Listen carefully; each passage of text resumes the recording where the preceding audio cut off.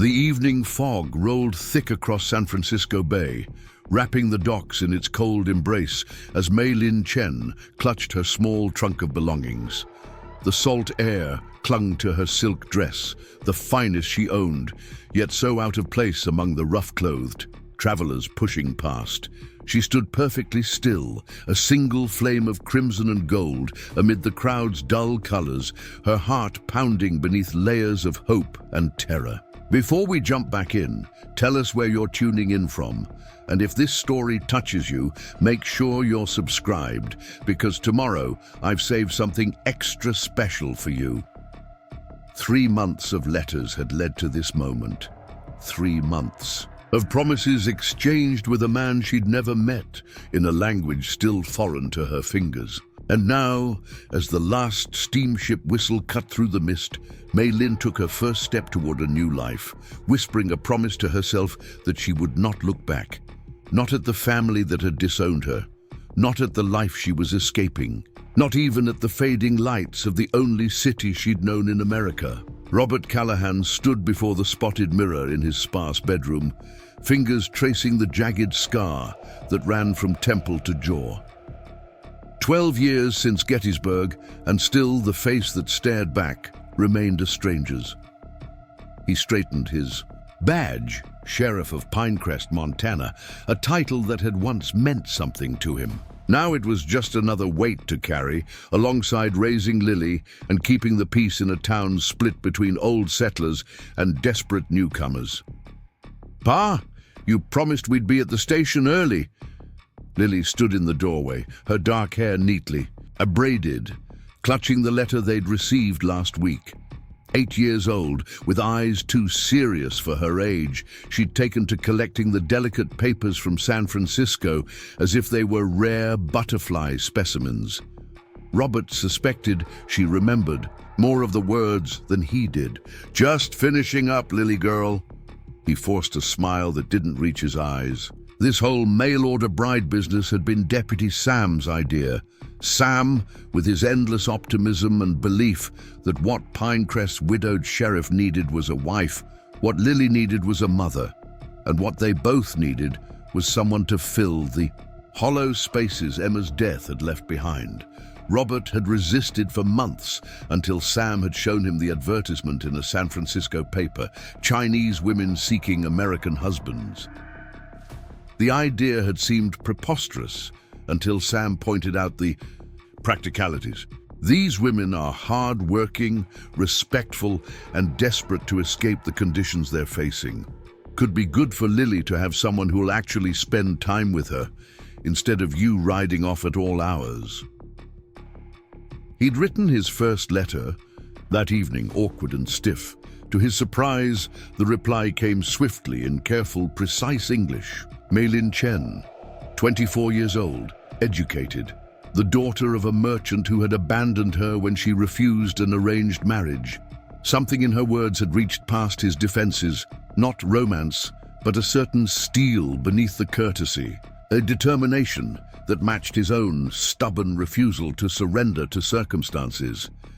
Now, as he took Lily's small hand and headed for the waiting wagon, Robert felt doubt creeping back. Pinecrest wasn't San Francisco.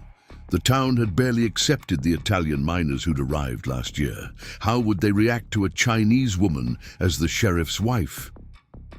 Eleanor Prescott watched from behind her lace curtains as Sheriff Callahan and his daughter drove past, heading for the station.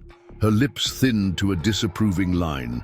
The widow of Pinecrest's founder prided herself on knowing everything that happened in her town, and the sheriff's pending marriage to some foreign woman had been the subject of her dedicated campaign for weeks. "Disgraceful," she muttered to her housekeeper. "A man in his position, bringing one of those women here, and that poor child exposed to such influences." She adjusted her cameo brooch with fingers adorned by her late husband's rings. "I've written to the governor's office. Surely there are regulations about such things, especially for public officials."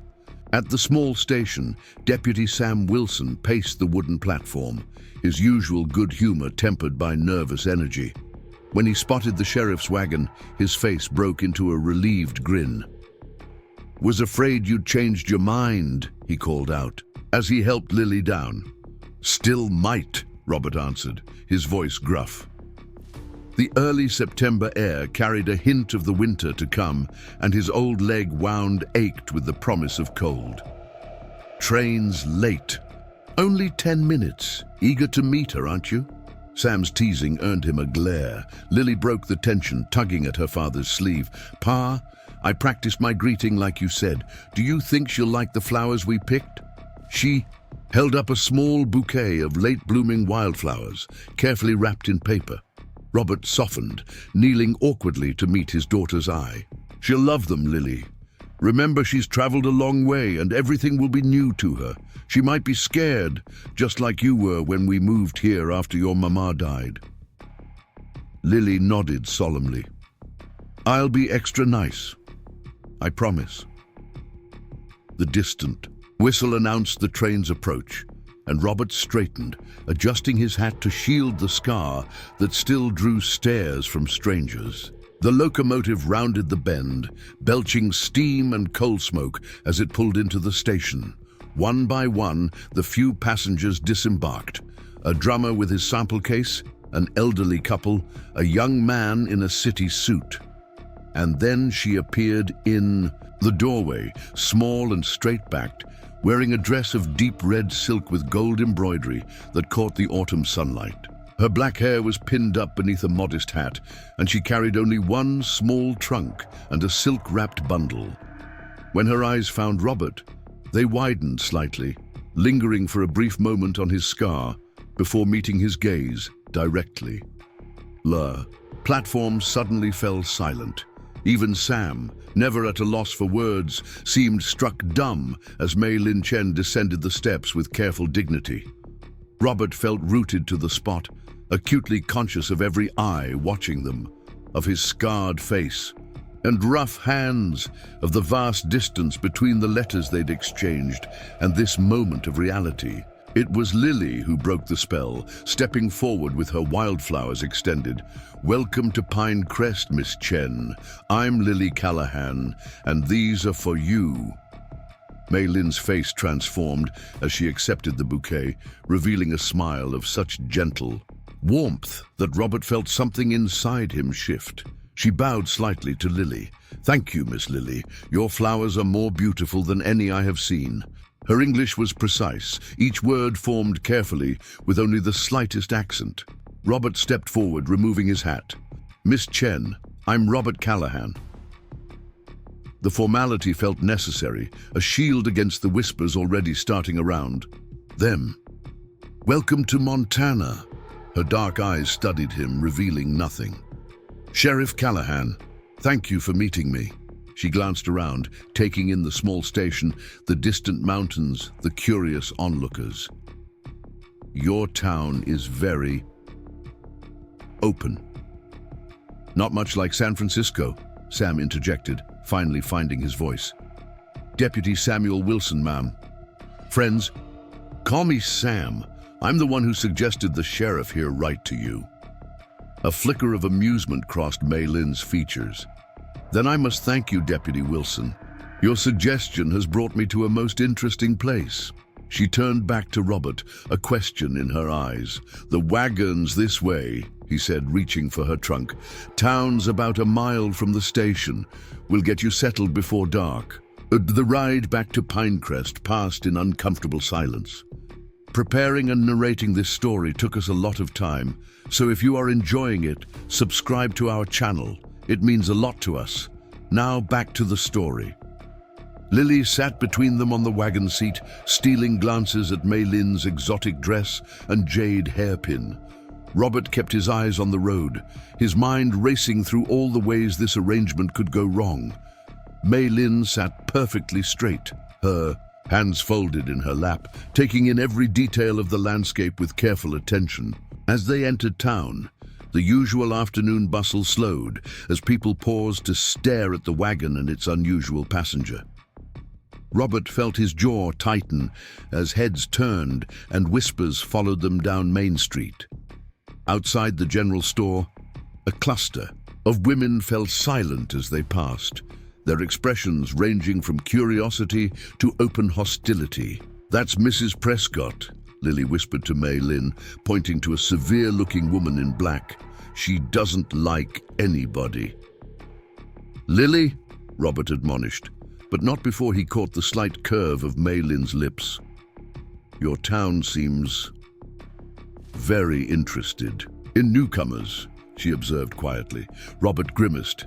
"They'll settle down once the novelty wears off." But even as he said it, he wondered if that were true. Pinecrest had been founded by men like Eleanor's late husband, staunch believers in keeping Montana American, whatever that meant. The Chinese laborers who had helped build the railroad were kept apart, living in small enclaves outside town. For him to bring Mei Lin here as his wife, it would cause talk, maybe worse. As they turned onto the side street where Robert's house stood, he could feel Mei Lin's assessment of the modest two-story structure with its weathered porch and bare yard. Not much to look at after San Francisco, but it was solid, built by his own hands after Emma died. They'd been living in a one-room cabin then, and he'd wanted Lily to have a proper home. "It's not much," he found himself saying as he helped her down from the wagon. "But it's quiet, and there's a small garden out back that needs tending." Mei Lin looked up at the house, then at him. "In my country, a home built by one's own hands is considered blessed." She spoke softly but with certainty. "I am honored to be welcomed here." The formality of her words should have widened the gap between them, but instead, Robert felt something ease in his chest. This wasn't how he'd imagined their meeting. He wasn't sure what he'd imagined, but her quiet dignity in the face of the town's stares reminded him of another woman who had faced frontier life with courage. "Pa?" Lily tugged at his sleeve. "Can I show Miss Chen her room? I put flowers on the dresser." "Of course." He nodded, carrying Mei Lin's trunk up the porch steps.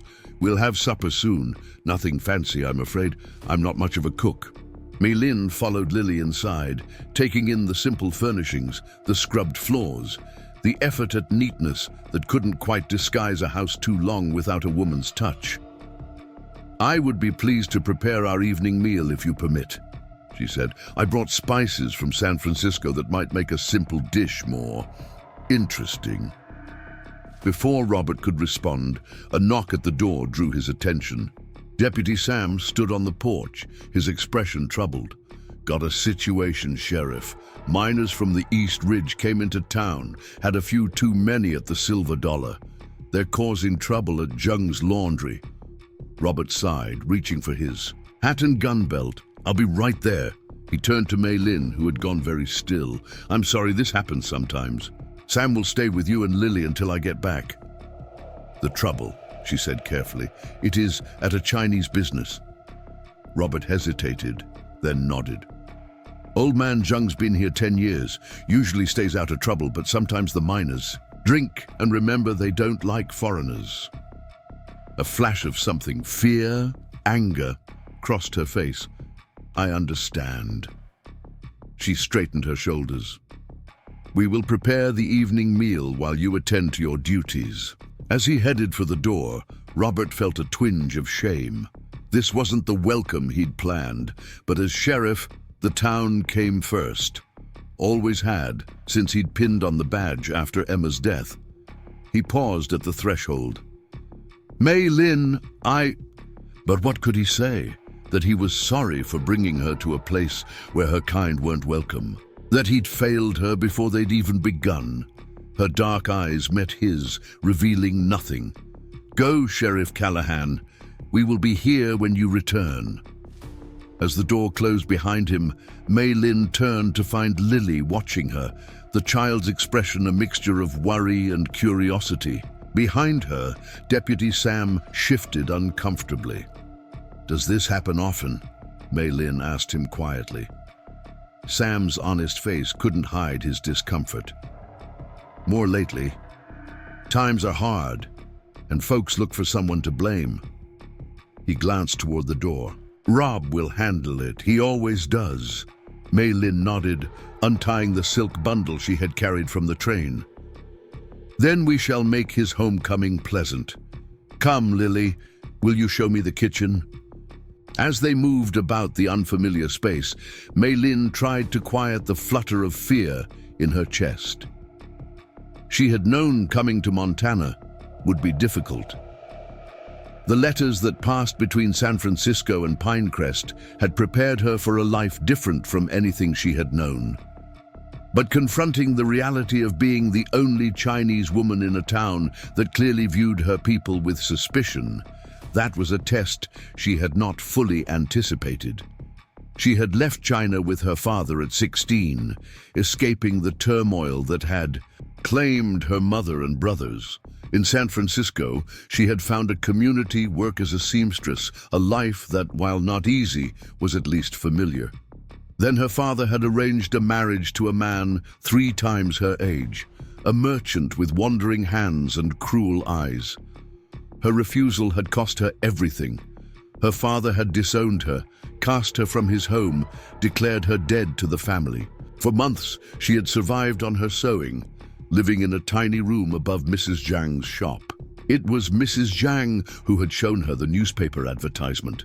American husband, she had said in Cantonese, her old eyes sharp.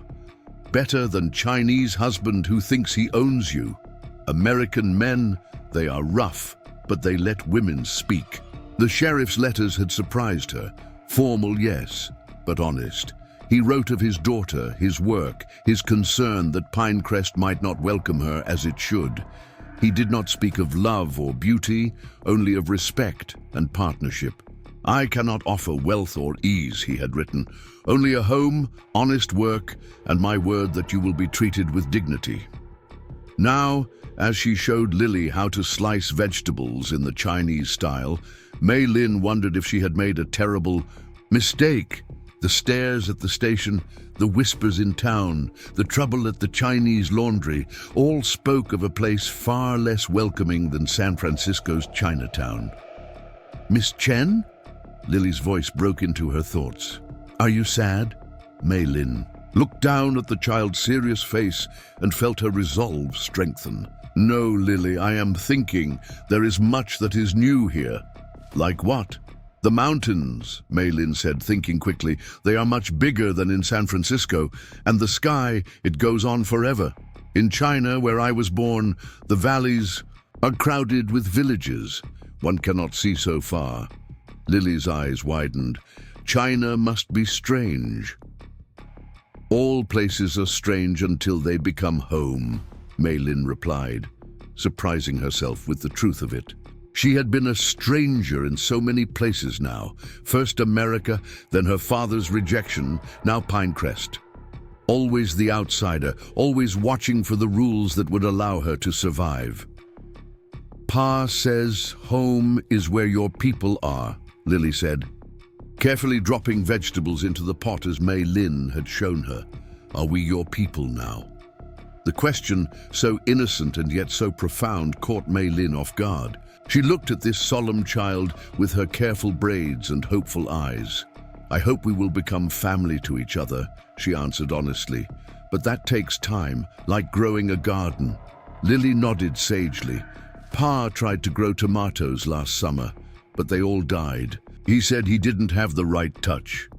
Despite everything, Mei Lin found herself smiling.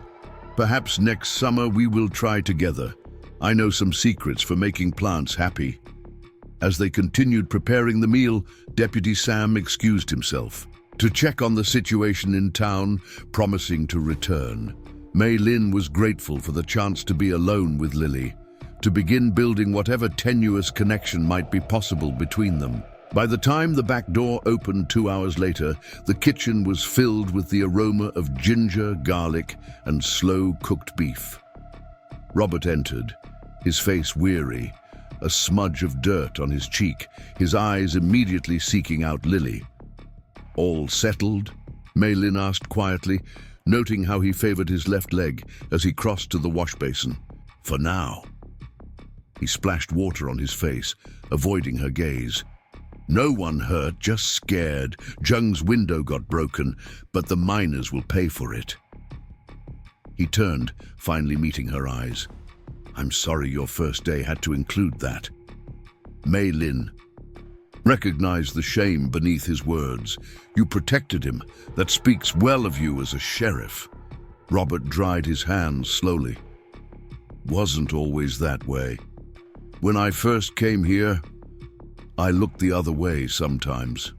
Too tired from the war, too angry after Emma died. His honesty surprised her.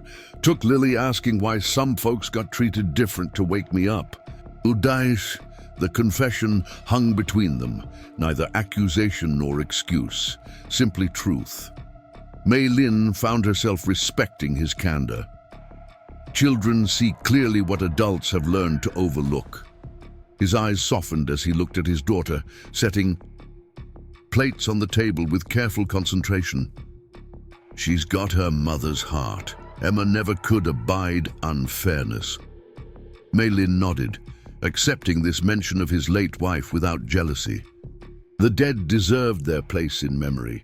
Supper is ready, she said. It is not traditional Chinese food. I used what was available, but perhaps it will be acceptable. As they gathered around the table, Robert staring in surprise at the transformed ingredients from his sparse pantry, Lily already eagerly inhaling the unfamiliar scents, Mei Lin felt the first faint stirring of possibility. Not belonging, not yet. But perhaps, with time, this strange place might become something she had not dared to hope for in a very long time. A home of her choosing. Outside the windows, Pinecrest settled into evening routines. Lamps were lit, doors locked, stories exchanged about the sheriff's foreign bride. In Eleanor Prescott's parlor, plans were already being made to ensure the Chinese woman's presence would be short-lived. But inside the Callahan house, 3 people shared a meal prepared by hands that had crossed oceans and mountains to reach. This table, it was a beginning, fragile as a seed in winter soil, but planted nonetheless. After Lily had gone to bed, Robert and Mei Lin sat in awkward silence before the small fireplace. The questions that needed asking seemed too large for their first evening together. Tomorrow would bring the minister, a simple ceremony, the official joining of their lives. Tonight was for adjusting to the reality of each other's presence. "You're cooking," Robert finally said, his voice low to avoid waking Lily. It was good, different but good. Mei Lin inclined her head, accepting the compliment. Food is often the first bridge between cultures. It speaks when words fail. Robert studied her, this composed woman who had traveled so far to marry a scarred, limping sheriff with a motherless child. Why did you answer my letter, Mei Lin? Out of all the men who must have written, why choose Pinecrest? She was silent for a long moment, her face illuminated by the dancing firelight. Your letter spoke of responsibility, not romance. Of a child who needed care, a town that needed justice. Her eyes met his directly. And you mentioned your scar, your leg from the war. Most men hide their wounds. You named yours. Robert touched his face unconsciously, fingers tracing the raised line that had become so much a part of him, he sometimes forgot it was there. Seemed dishonest not to mention it. Didn't want you arriving to surprises. A ghost of a smile touched her lips. Life is full of surprises, Sheriff Callahan. Some we choose, some choose us. She rose gracefully. I should rest now. Tomorrow brings changes for us both. As she moved toward the stairs, Robert found himself wanting to say more, to explain the town, to warn her about Eleanor Prescott, to apologize for the stares she would endure. But she paused at the bottom step, turning back to him with quiet dignity. I made my choice with open eyes, Sheriff.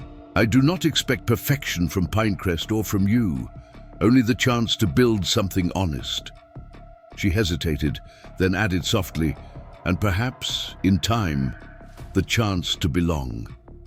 After she had gone upstairs, Robert sat alone by the dying fire, turning her words over in his mind. Honesty he could promise, belonging was harder to guarantee. But watching her calm response to the day's challenges, the stares, the whispers, the incident at Zheng's laundry, he had glimpsed something in Mei Lin Chen that resonated with his own battle-forged resilience. Not just survival, but the determination to carve meaning from difficult circumstances. Tomorrow she would become Mei Lin Callahan, and Pinecrest would have to reckon with her presence. As he banked the fire for the night, Robert found himself, against all expectations, looking forward to witnessing what would happen next. The morning dawned clear and cold, the kind of autumn day that carried winter's first whispers. Mei Lin stood at the bedroom window, watching as golden light spilled across the distant mountains.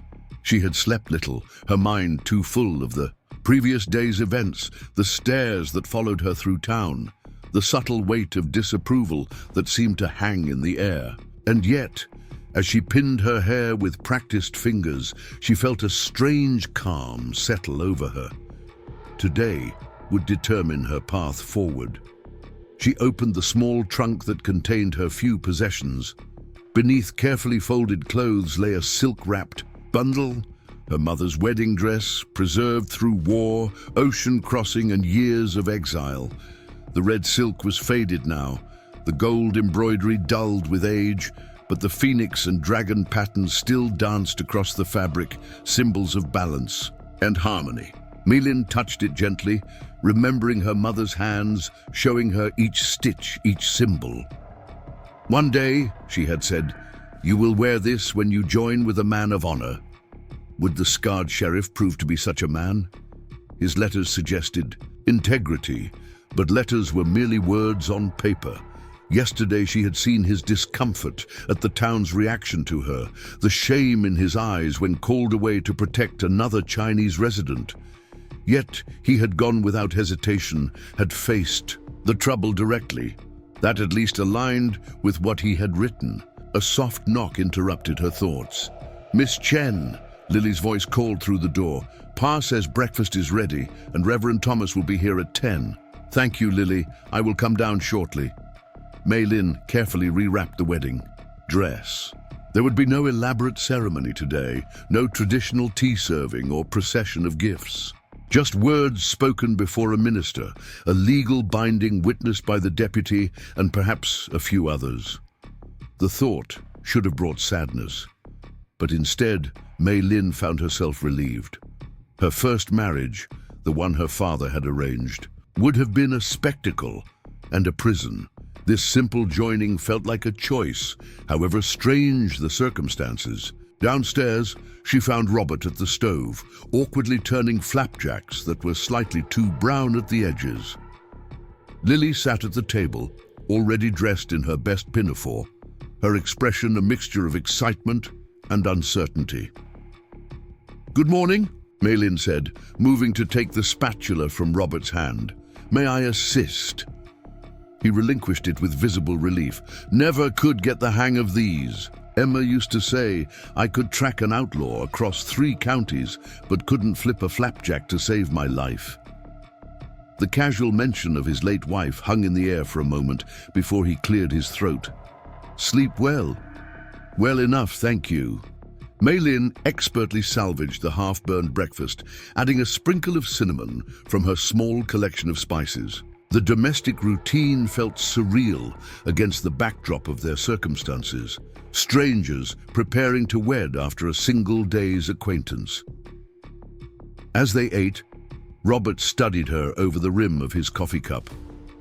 "About today, it's not too late to change. Your mind." His voice was quiet, meant for her ears alone, as Lily chatted about which of her friends might come to see the ceremony. "Pinecrest isn't an easy place for someone like you. Yesterday made that clear enough." Mei Lin met his gaze steadily.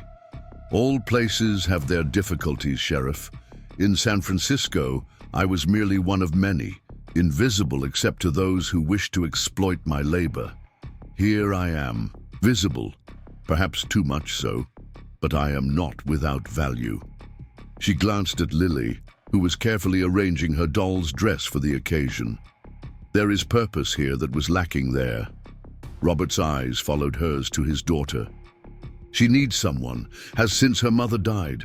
I do my best, but—" He trailed off, his scarred face softening. "A girl needs more than just a father's rough ways." "And you?" Mei Lin asked boldly. "What do you need, Sheriff Callahan?" The question seemed to startle him.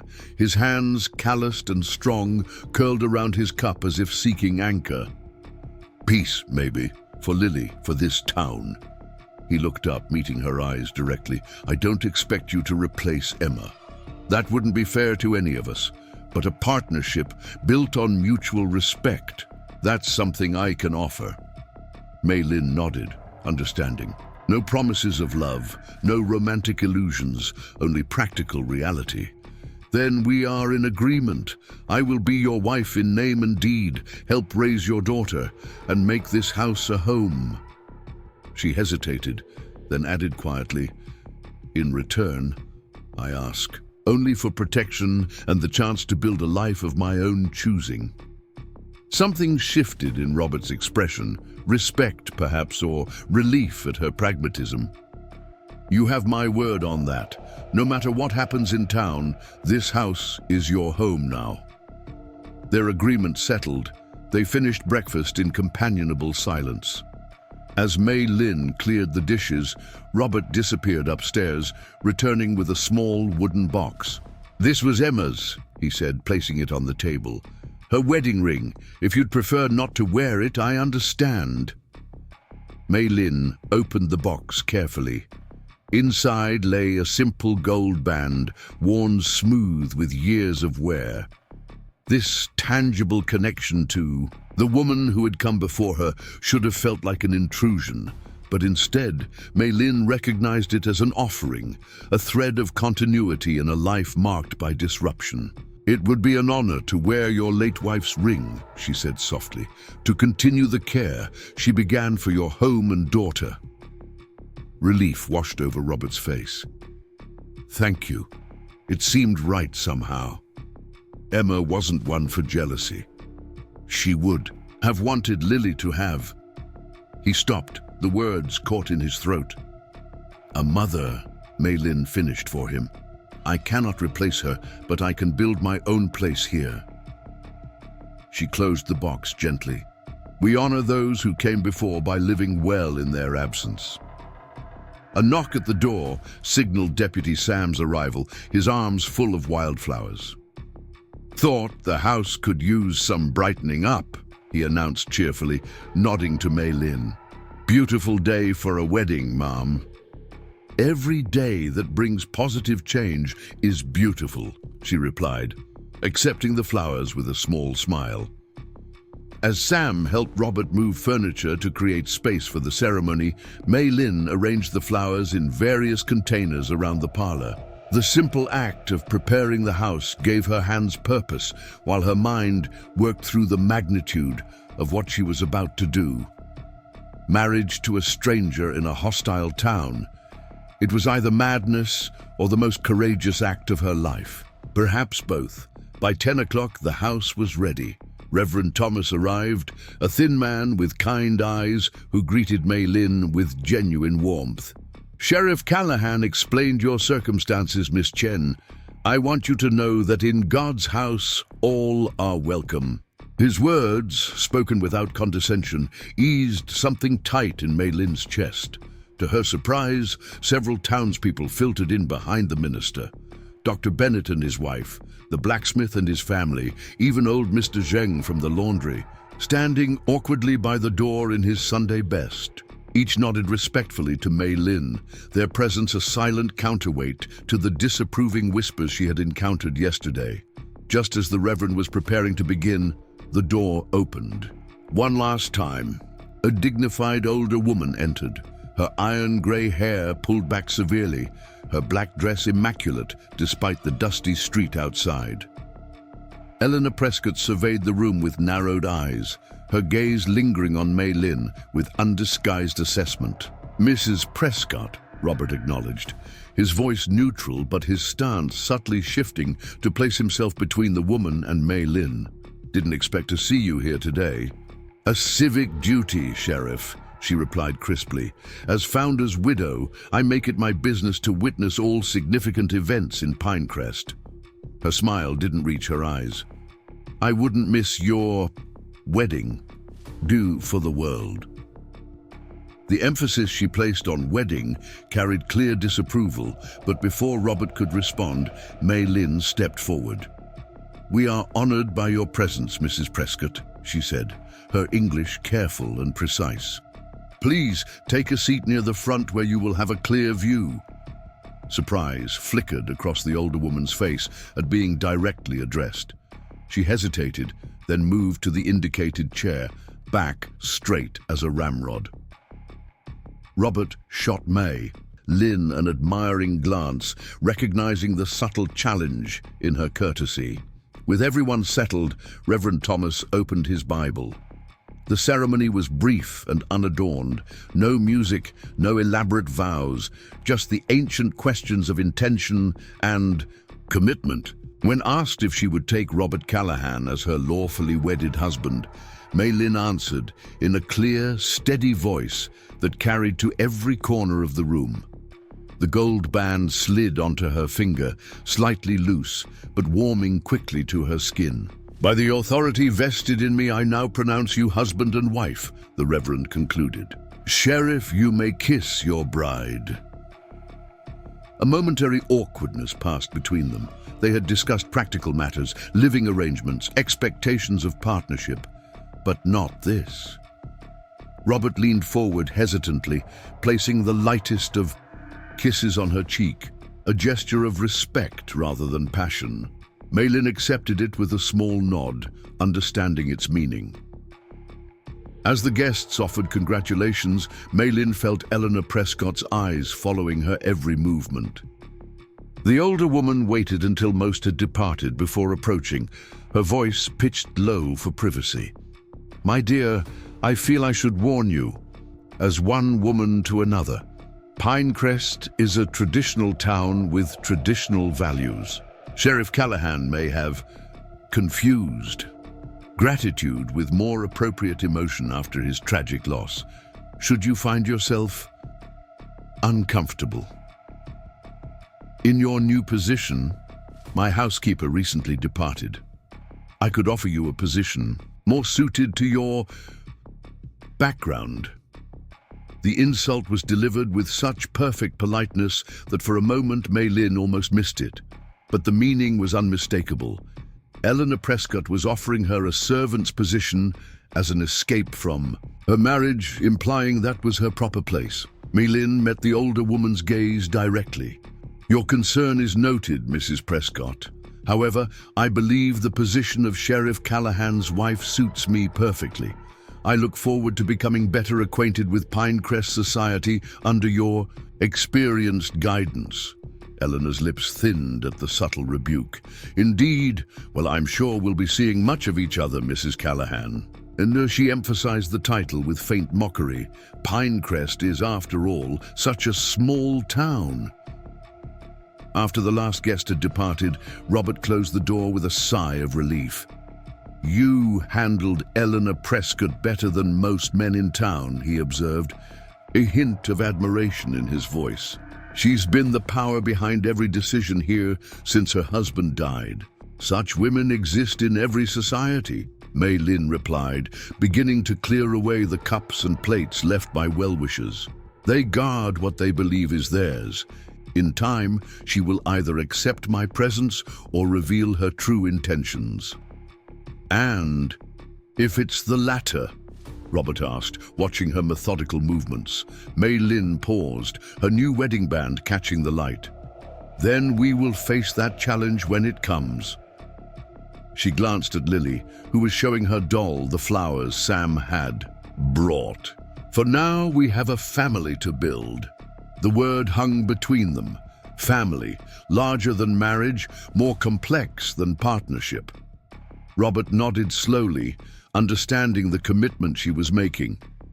"Yes, we do." That evening, After Lily had gone to bed, Robert showed Mei Lin to the bedroom that would now be hers. It was simply furnished but comfortable, with a view of the mountains from the window. "I'll take the small room down the hall," he said, setting her trunk at the foot of the bed. "Seems right to give you your space, at least until—" He trailed off, uncomfortable. "Until we know each other better," Mei Lin finished for him. "I appreciate your consideration, Sheriff." "Robert," she corrected herself. "This arrangement is unusual for us both." He nodded, relieved at her understanding. "If you need anything, I'm just down the hall." He hesitated at the door. "Mei Lin, I want you to know I meant what I said today. I'll protect you, provide for you.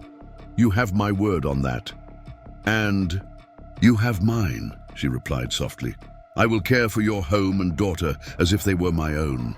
A promise made not from love, but from choice, from the determination to build something meaningful from this strange beginning. After Robert had gone, Mei Lin unpacked her few belongings, arranging them carefully in the drawers and wardrobe. Last came her mother's wedding dress, which she hung in the back of the closet, a reminder of the past she carried within her.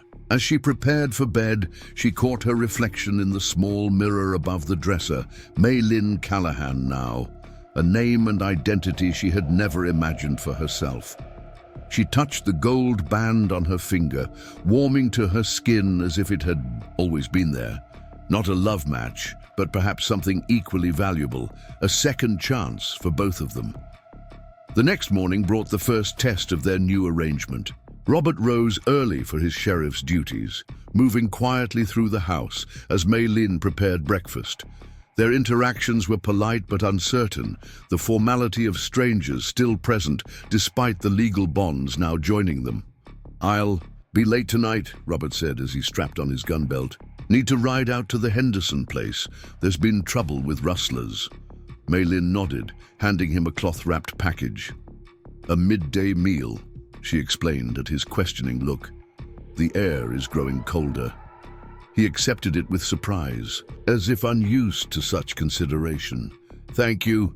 Lily knows her lessons for the day. She's a good girl, doesn't need much watching." "We will manage well together," Mei Lin assured him. Their eyes met briefly, an unspoken acknowledgement of their shared purpose, Lily's well-being. After Robert departed, Mei Lin turned her attention to the house. It was clean but Spartan, showing the neglect of a man too busy for more than basic maintenance. She began a systematic assessment, noting repairs needed, supplies running low, spaces that could be made more welcoming. This was her domain now, the place where she could establish her value and presence. Lily watched from the doorway as Mei Lin inventoried the pantry. "Are you going to change everything?" she asked, her voice small but not fearful. Mei Lin turned to her, understanding the question beneath the question. "Not everything," she said gently. "Only what needs changing. Some things are perfect as they are." She knelt to Lily's level. "Would you show me your favorite places in the house? The special corners that make you happy?" The child's face brightened. She led Mei Lin on a tour of secret spots. The window seat where she read her books. The closet corner where her dolls lived. The loose floorboard under which she kept treasures. Mei Lin listened attentively, recognizing this sharing as the gift it was. "And what about outside?" she asked. "Do you have favorite places there too?" Lily hesitated. "Pa doesn't like me going far from the house when he's not home, because of the rustlers." "We will respect your father's wishes," Mei Lin agreed. "But perhaps we could explore the garden together? I would like to see what grows there." The backyard was overgrown but showed signs of past care, remnants of a vegetable garden, a few struggling roses, an apple tree heavy with late fruit. As they walked among the tangled growth, Mei Lin began to envision possibilities: herbs for cooking and medicine, vegetables for their table, flowers to brighten the rooms through winter. "Your mother planted these roses," she observed, touching. "A withered bloom gently." Lily nodded, her expression solemn. "They used to be pink, She loved pink things. Mei Lin knelt beside the struggling plant. With proper care, they will bloom again next summer. Would you like to help me tend them? We could do it together to honor her memory. You don't mind talking about Mama? Lily asked, surprise evident in her voice. Of course not. She will always be part of your life, part of this house. Mei Lin chose her words carefully. I am not here to replace her, Lily. I am here to help you and your father move forward while keeping her memory safe. The child studied her with serious eyes, weighing this statement. Pa doesn't talk about her much. It makes him sad. Grief is different for everyone, Mei Lin said gently. Some find comfort in speaking of those they've lost. Others hold the memories close, like precious stones they can only look at when alone. Which are you? Lily asked with a child's directness. Mei Lin considered the question honestly. I speak of my mother often to keep her wisdom alive. But my brothers who died in war, those memories I keep silent because the pain is still too fresh. She looked at the girl with new understanding. Perhaps you and I can share stories sometimes when you wish to remember her aloud. A tentative smile crossed Lily's face. I'd like that. Their morning passed in gentle exploration of the house, the yard, and the tentative boundaries of their new relationship. Mei Lin showed Lily how to fold paper into delicate animals, taught her the Chinese words for common objects, listened to her read from her school primer. By midday, the initial awkwardness had softened into something approaching companionship. After lunch, as Lily worked on her lessons, Mei Lin decided to venture into town for supplies. The pantry needed restocking, and hiding away would only feed the town's curiosity and suspicion. Better to face Pinecrest directly, establish her presence as the sheriff's wife with quiet dignity. We will walk to the general store, she told Lily, helping her with her coat. You can show me the way, and we will make a list of what is needed. The girl's eyes widened. Are you sure? Mrs. Prescott might be there. Mrs. Prescott does not concern me, Mei Lin replied calmly, though the child's warning confirmed her suspicions about the widow's influence. It is important that we begin as we mean to continue. The walk into town was an exercise in composure. Heads turned as they passed, conversations halted, eyes followed their progress. Mei Lin kept her pace unhurried, her posture straight, her hand gentle on Lily's shoulder. She nodded politely to those who met her gaze, pretended not to notice, and those who deliberately turned away. At the general store, a hush fell as they entered. The proprietor, a balding man with spectacles, looked up in surprise. Miss Lily, he greeted, carefully avoiding addressing Mei Lin directly. What can I do for you today? Before Lily could respond, Mei Lin stepped forward. Good afternoon. I'm Mrs. Callahan. We require several items for our household. She presented the list she had prepared, her voice clear in the quiet store. The use of her new title caused a ripple of whispers among the other customers. The storekeeper hesitated, then took the list with a cautious nod. Of course, Mrs. Callahan. Some of these items, ginger root, star anise, I don't normally stock. I understand. Perhaps you could order them when next you receive supplies. In the meantime, we will take what is available. Mei Lin maintained her composed expression despite the stares burning into her back. As the storekeeper gathered their items, an older woman approached, her face kind beneath grey curls. You must be Robert's new wife. I'm Martha Bennett, the doctor's wife. We were at your wedding yesterday. Mei Lin inclined her head in greeting. Yes, I remember. Thank you for coming. I wanted to invite you to our sewing circle, Martha continued, lowering her voice slightly. Tuesday afternoons at the church. Some of the ladies are curious about you. It might help if they could meet you properly. The invitation, offered with genuine kindness, caught Mei Lin by surprise. That is very thoughtful. I would be honored to attend. Martha smiled, patting her arm. Good. And don't mind Eleanor Prescott. Her bark is worse than her bite, usually. As they prepared to leave with their purchases, Mei Lin noticed a group of rough-looking men gathered outside the saloon across the street. Their gaze followed her and Lily with open hostility, their posture suggesting the liquid courage that fueled their stares. "Lily," she said quietly, "we will take the side street home." But as they turned down the quieter lane, footsteps sounded behind them. 3 men blocked their path, the smell of whiskey hanging around them like a cloud. "Well, look here," one drawled, his beard flecked with tobacco. "Sheriff's little China doll, playing at being a proper wife."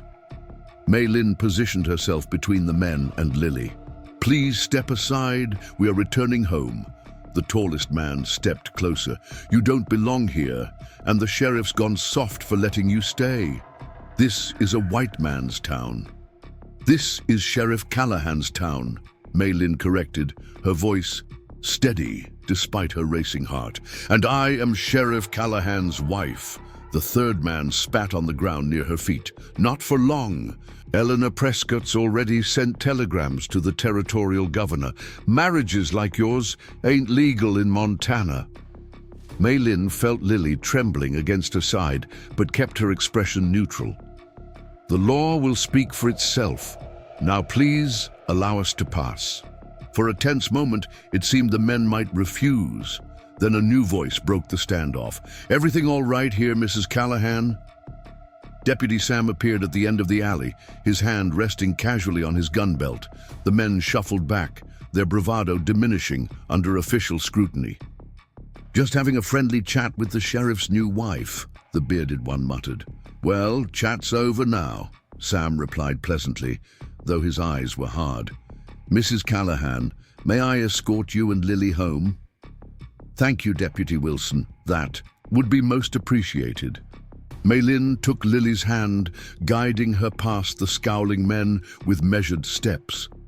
Only once they were safely away did she allow her shoulders to relax slightly. "Sorry about that," Sam said quietly as they walked. "Some folks need time to adjust to change." "And some never will," Mei Lin replied, glancing down at Lily's pale face. "Is it true what they said about Mrs. Prescott contacting the governor?" Sam's hesitation was answer enough. "Robert knows. He's already consulted with Judge Parker about the legality of your marriage. It's solid.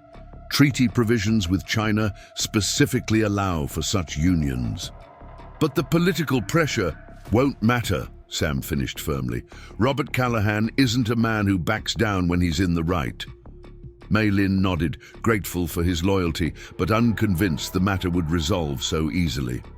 Eleanor Prescott's opposition, the miners' hostility, the whispers and stares, all suggested that her position in Pinecrest remained precarious. Back at the house, she settled Lily with a cup of warm tea and honey, soothing the child's shaken nerves with quiet conversation about safe topics.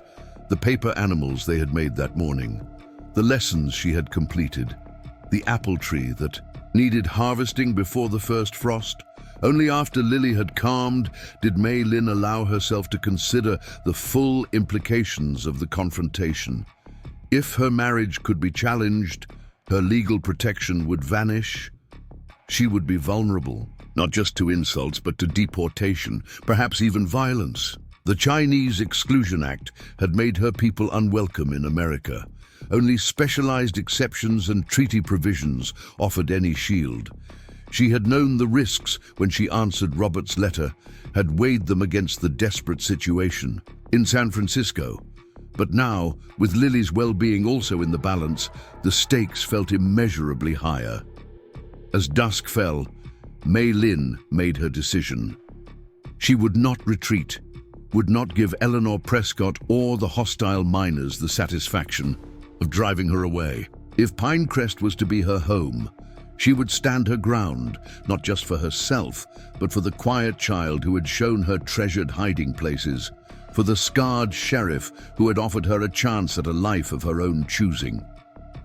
When Robert Returned that evening, weary from a long day's ride, he found the house transformed. Lamps were lit, casting warm light through clean windows.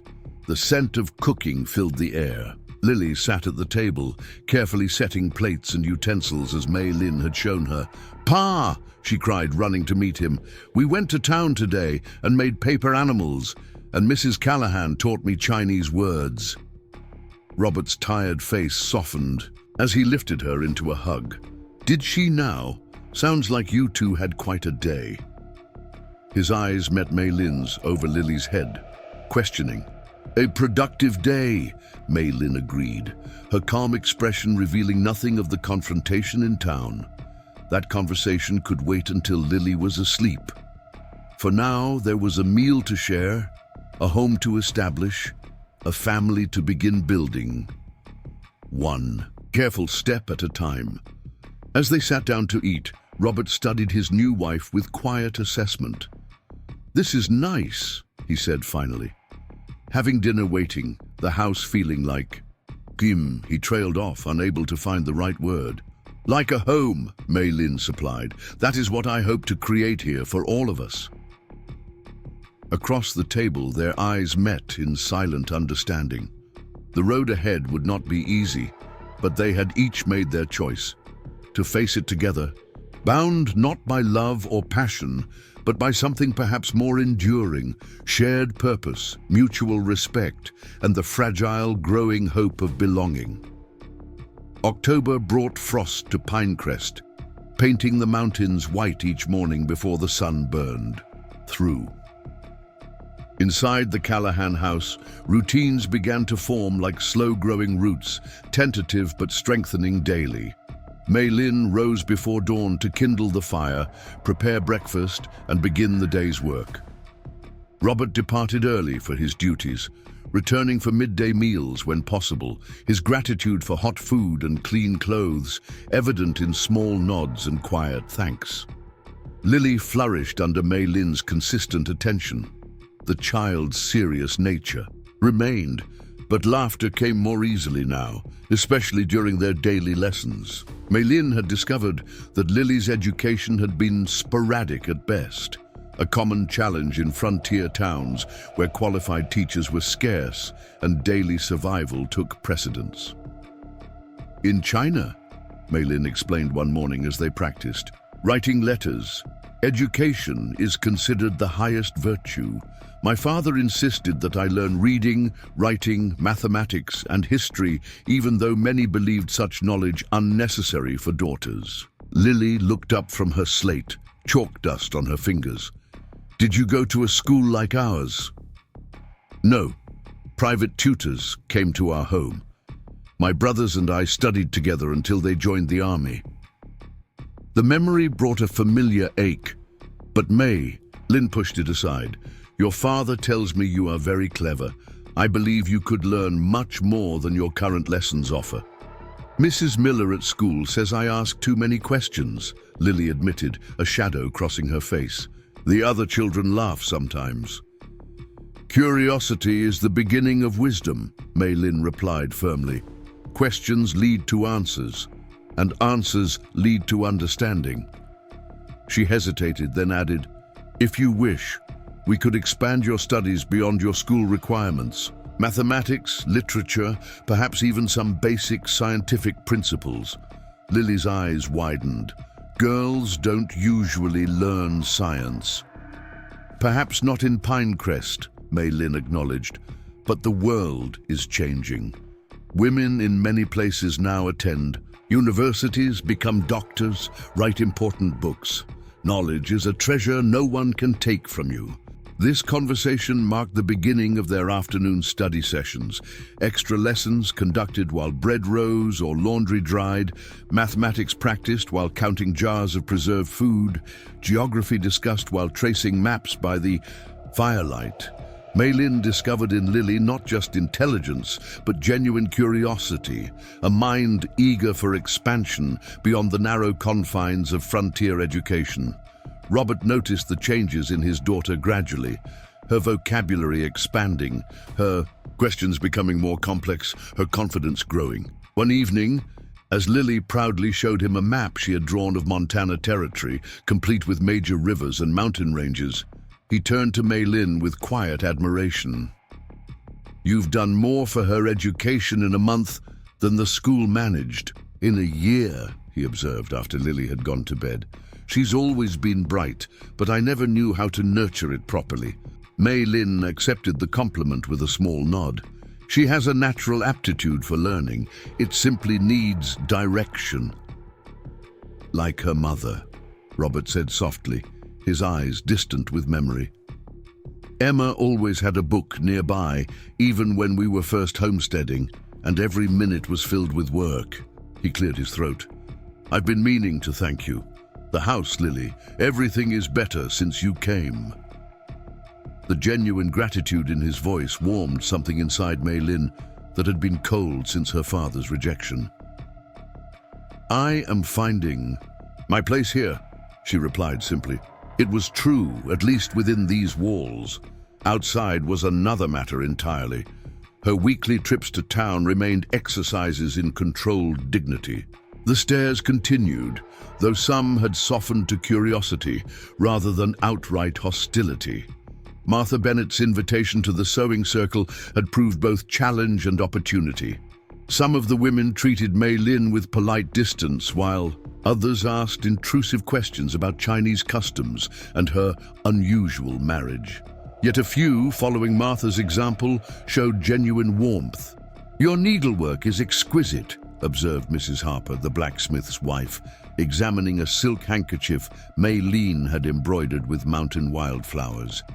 "Would you consider teaching some of your techniques?" Such small moments of connection had begun to create tiny footholds in the community, but Eleanor Prescott's opposition remained firm and influential.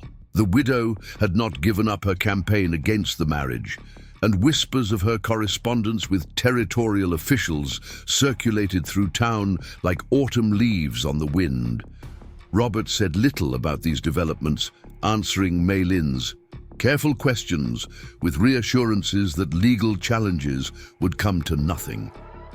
But she noticed the worry lines deepening around his eyes, the late-night consultations with Deputy Sam, the legal books appearing on his desk. The true nature of their situation became clear on a crisp Tuesday morning when Mei Lin answered a sharp knock to find a young man on the porch, official papers in hand. "Mrs. Callahan?" he asked, his tone suggesting the title was merely a formality. "I have documents from the territorial court requiring your appearance in Helena next month." He handed her a thick envelope. "Sheriff Callahan is to escort you for a formal review of your marriage status and residency qualification." Mei Lin accepted the papers with outward calm, though her heart pounded against her ribs. "Thank you. I will ensure he receives these." The messenger hesitated, lowering his voice. "Ma'am, I should mention Mrs. Prescott has considerable influence with Judge Wilson. It might be wise to—" he glanced around nervously, "to prepare for an unfavorable ruling." After he'd gone, Mei Lin stood motionless in the parlor, the ICDA official papers heavy in her hands. The carefully constructed routines of the past month suddenly felt as fragile as paper lanterns in a storm. If the court invalidated her marriage, what then? Return to San Francisco, to the desperate circumstances she had fled.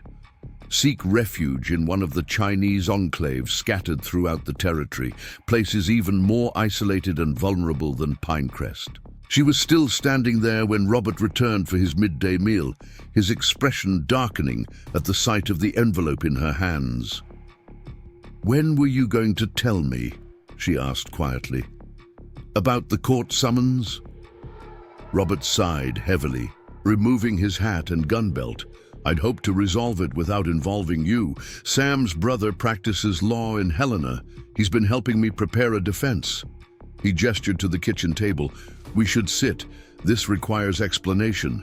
As they settled across from each other, the official papers between them, Robert ran a hand over his face. Eleanor Prescott has filed a formal challenge to our marriage under the Chinese Exclusion Act.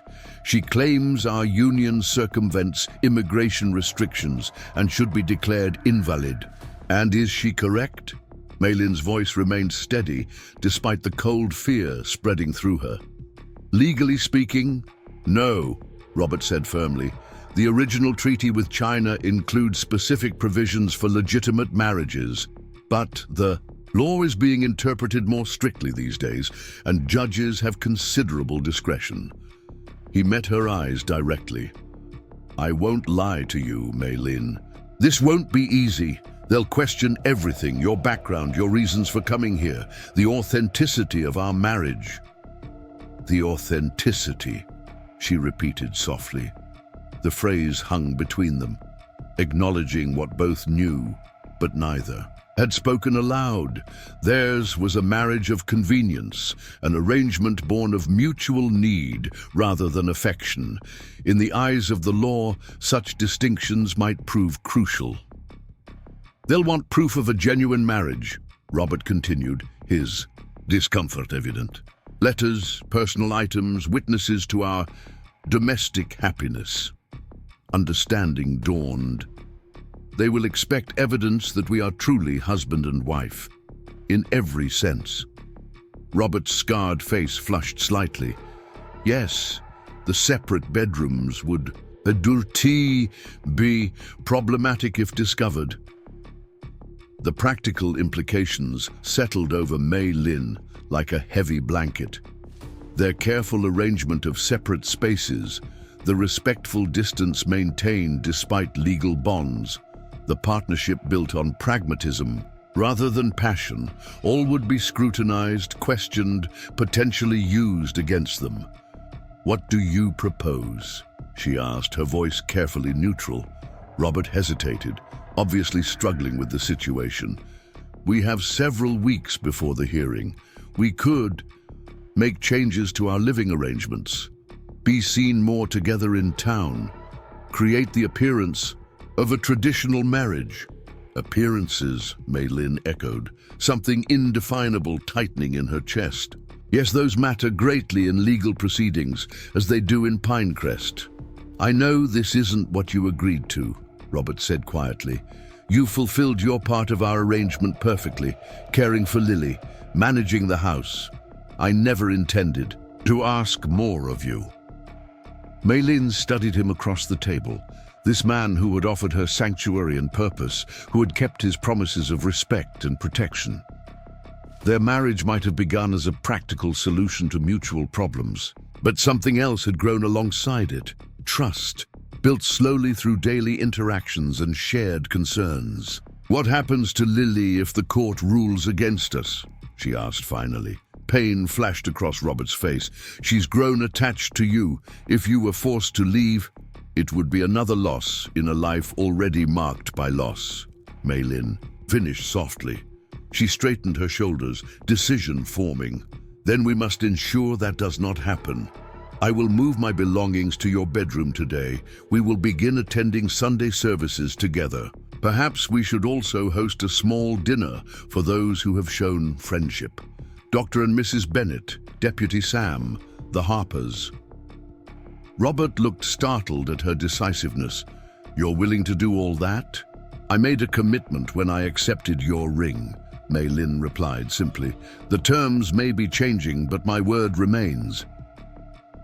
She rose from the table, practical as always. The court will want to see a true marriage. Then that is what we will show them. That evening, after Lily had gone to bed, Mei Lin moved her modest possessions into Robert's bedroom. The space was plainly furnished but neat, with a large bed that dominated the room, a dresser with a shaving mirror, and a small desk covered with papers and law books. Robert had cleared half the dresser drawers for her use and added hooks for her dresses along one wall.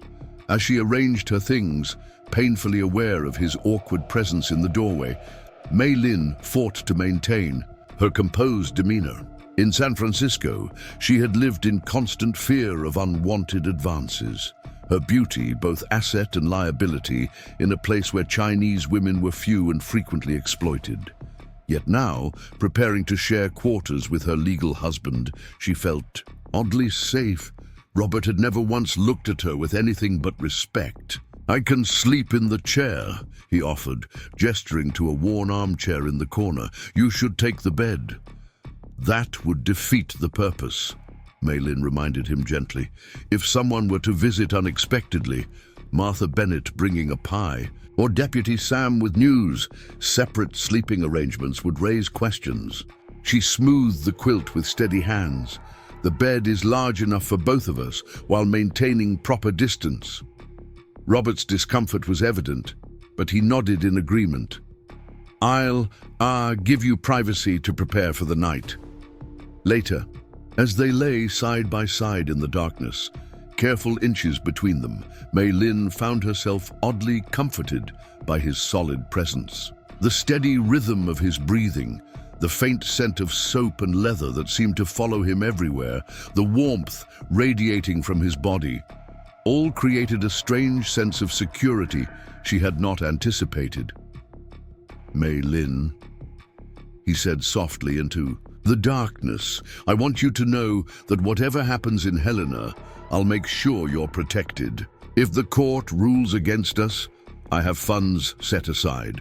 You could go to San Francisco or even back to China if you wished." She turned her head on the pillow, able to make out his profile in the faint moonlight filtering through the curtains. "Is that what you think I want? To leave?" A long pause followed. "I don't know," he admitted finally. "We've never spoken of such things. Our arrangement was always practical, based on mutual need. If that arrangement no longer serves your interests." "You think I see this as merely an arrangement of convenience?" Mei Lin asked, surprising herself with the hint of hurt in her voice.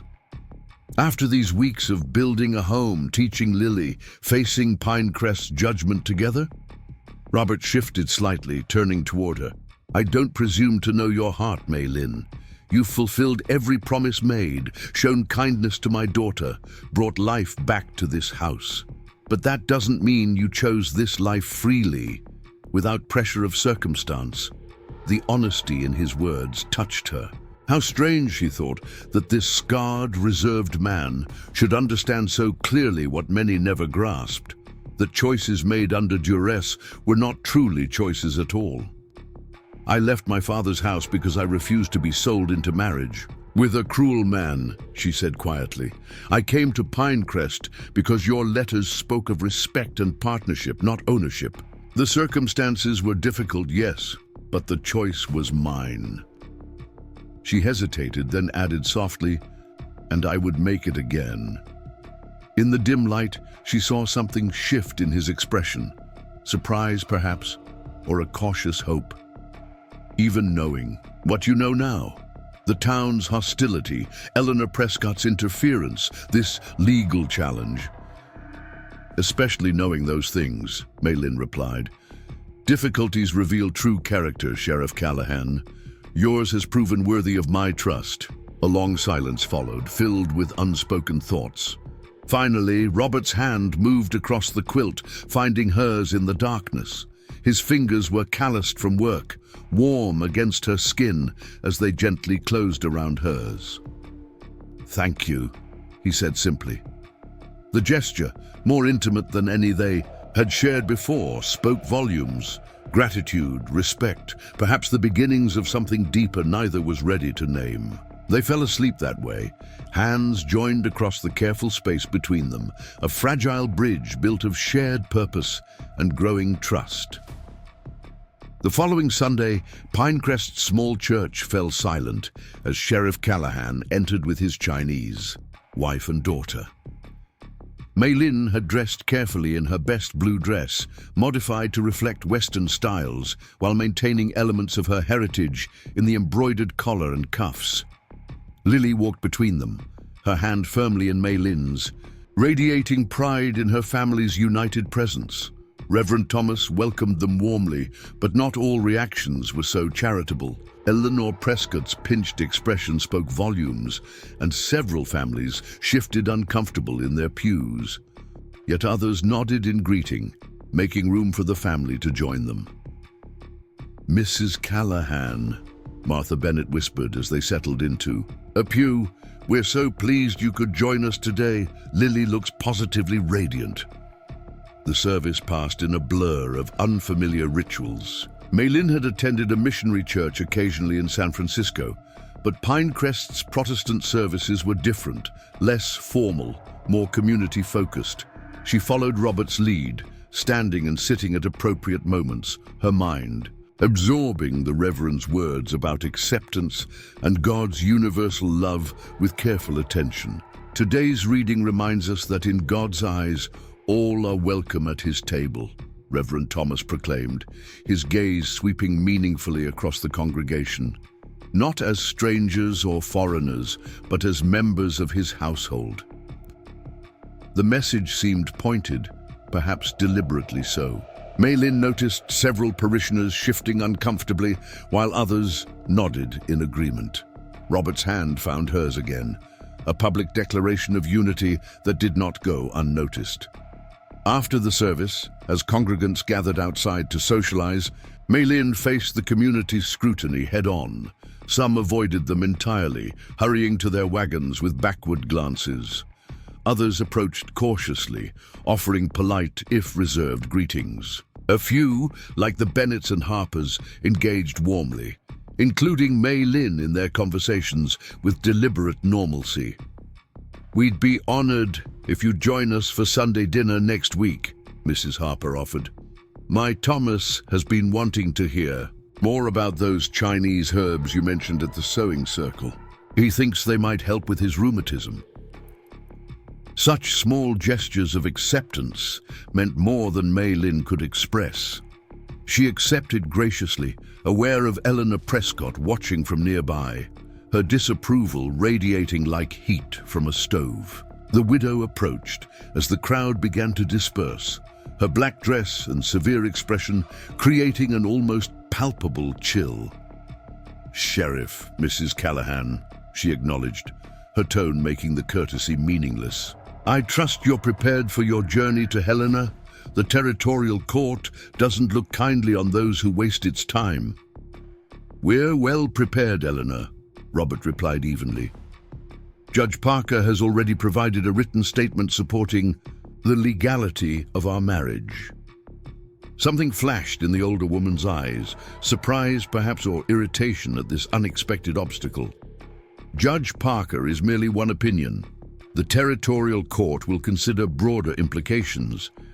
Her gaze shifted to Mei Lin. "I wonder, my dear, if you fully understand what awaits you in Helena. The questioning can be quite intrusive." "I understand perfectly, Mrs. Prescott," Mei Lin replied, her voice calm despite the implied threat. "Just as I understand the difference between legal concerns and personal prejudice." Eleanor's lips thinned to a bloodless line. "You speak boldly for someone whose presence here rests on such tenuous grounds." "My wife speaks truthfully," Robert interjected, his hand moving protectively to Mei Lin's back, "and her presence here rests on solid legal ground, regardless of personal opinions to the contrary." The public declaration, "my wife," spoken with such firm conviction, sent a ripple through the remaining congregants. Eleanor Prescott's face darkened with anger, but she maintained her rigid composure. "We shall see what the court decides," she said finally. "Good day, Sheriff." She departed without acknowledging Mei Lin, her back straight as a ramrod. "That woman could curdle milk with a glance," Martha Bennett muttered, appearing at Mei Lin's side. "Don't let her intimidate you, dear. Half the town is sick to death of her meddling, even if they're too afraid to say so." The ride home passed in thoughtful silence, each of them processing the morning's interactions. Only when they reached the house did Robert speak, helping Mei Lin down from the wagon with careful hands. "You were magnificent today," he said quietly, "standing your ground with Eleanor Prescott, engaging with the congregation despite their stares. I've seen hardened men break under less pressure. Mei Lin smoothed her skirts, buying time to compose her response. In my father's house, I learned early that showing weakness only invites greater attack. One must stand firm, even when trembling. Inside? Were you trembling inside? Robert's question held genuine curiosity. She met his eyes honestly. Yes, but fear serves no purpose unless it sharpens one's wits. A smile touched her lips briefly, and Mrs. Prescott, for all her influence, is less frightening than my grandmother was when displeased. The comparison startled a laugh from Robert, a sound so rare that Lily turned in surprise from where she was unhitching the horse. The shared moment of humor lightened the air between them, easing the tension that had built since the court summons arrived. Over the following weeks, their public appearances continued. Sunday services, a dinner at the Harper's home, occasional meals at the town's small restaurant. Mei Lin felt the weight of constant observation, the need to present their marriage as genuine and harmonious. Yet as the days passed, the performance began to blur with reality in unexpected ways. Robert's hand at her back as they entered a room, the way he held her chair, the quiet exchanges over Lily's head, acts begun for show, gradually acquired a natural ease. Their conversations lengthened, extending beyond practical household matters to deeper topics. His experiences during the war, her childhood in China, shared observations about Lily's development, tentative dreams for the future. At night, the careful space between them in bed slowly diminished, not through deliberate advances, but through the natural gravitational pull of two people finding comfort in each other's presence. Mei Lin would wake sometimes to find his arm draped protectively across her waist, or her head nestled against his shoulder. Neither mentioned these unconscious intimacies in daylight, but neither pulled away in darkness. As the date for the Helena hearing approached, Mei Lin found herself confronting an unexpected truth. What had begun as necessity, their closer relationship, the sharing of space and routines, had evolved into something she valued deeply. The thought of losing this hard-won place in the world, this family slowly forming around her, created an ache she hadn't anticipated when agreeing to the marriage. One evening, as they prepared for bed, Robert broke their unspoken agreement not to discuss the growing comfort between them. "Mei Lin," he said hesitantly as she brushed her long hair before the mirror, "I need to ask you something important." She set down the brush, turning to face him. "Yes?" "In Helena, they'll question us separately. They'll want to know." He paused, clearly uncomfortable. "They'll ask about the nature of our marriage, the personal aspects." Mei Lin understood his concern immediately. "You worry that I will reveal the truth of our original arrangement, the separate rooms, the practical partnership." He nodded, his scarred face troubled in the lamplight. "Not because I doubt your loyalty, but because I wouldn't ask you to lie under oath." She considered this carefully. "I would not be lying. To say that I share your bed, your home, your concerns for Lily's well-being, that we have built trust and respect between us." She met his gaze directly. "The nature of marriage is complex, Robert. Ours began unusually, but has grown into something genuine, has it not?" Something shifted in his expression. Relief, perhaps, or recognition. "Yes," he said quietly, "it has." "Then that is what I will tell the court. Not every detail of our journey, but the truth of where we stand today." He moved toward her then, slowly enough that she could have stepped back had she wished. When she remained still, he reached out to touch her cheek. Gently, his calloused fingers surprisingly soft against her skin. "And where do we stand today, Mei Lin?" The question hung between them, laden with meaning beyond words. Mei Lin felt her heart quicken, aware they stood at a threshold neither had planned to approach so soon. "We stand together," she answered. "Simply, by choice, not merely by necessity. His hand trembled slightly against her face. I never expected to feel this way again. After Emma died, I thought that part of me was finished. And I never expected to find safety with a man after all I had seen and feared. She leaned imperceptibly into his touch. We have both been surprised. Slowly, giving her every chance to refuse, Robert bent to press his lips to hers. The kiss was gentle, questioning rather than demanding, an offering rather than a claim. Mei Lin's hands rose to rest lightly on his shoulders, accepting the gesture with quiet certainty. When they parted, something had changed between them. A barrier crossed, a new understanding reached. Without words, they completed their evening preparations and slipped beneath the quilt, no longer maintaining careful distance, but settling naturally into each other's arms. Outside their window, the first snow of winter began to fall, covering Pinecrest in a blanket of white that muffled sounds and softened hard edges.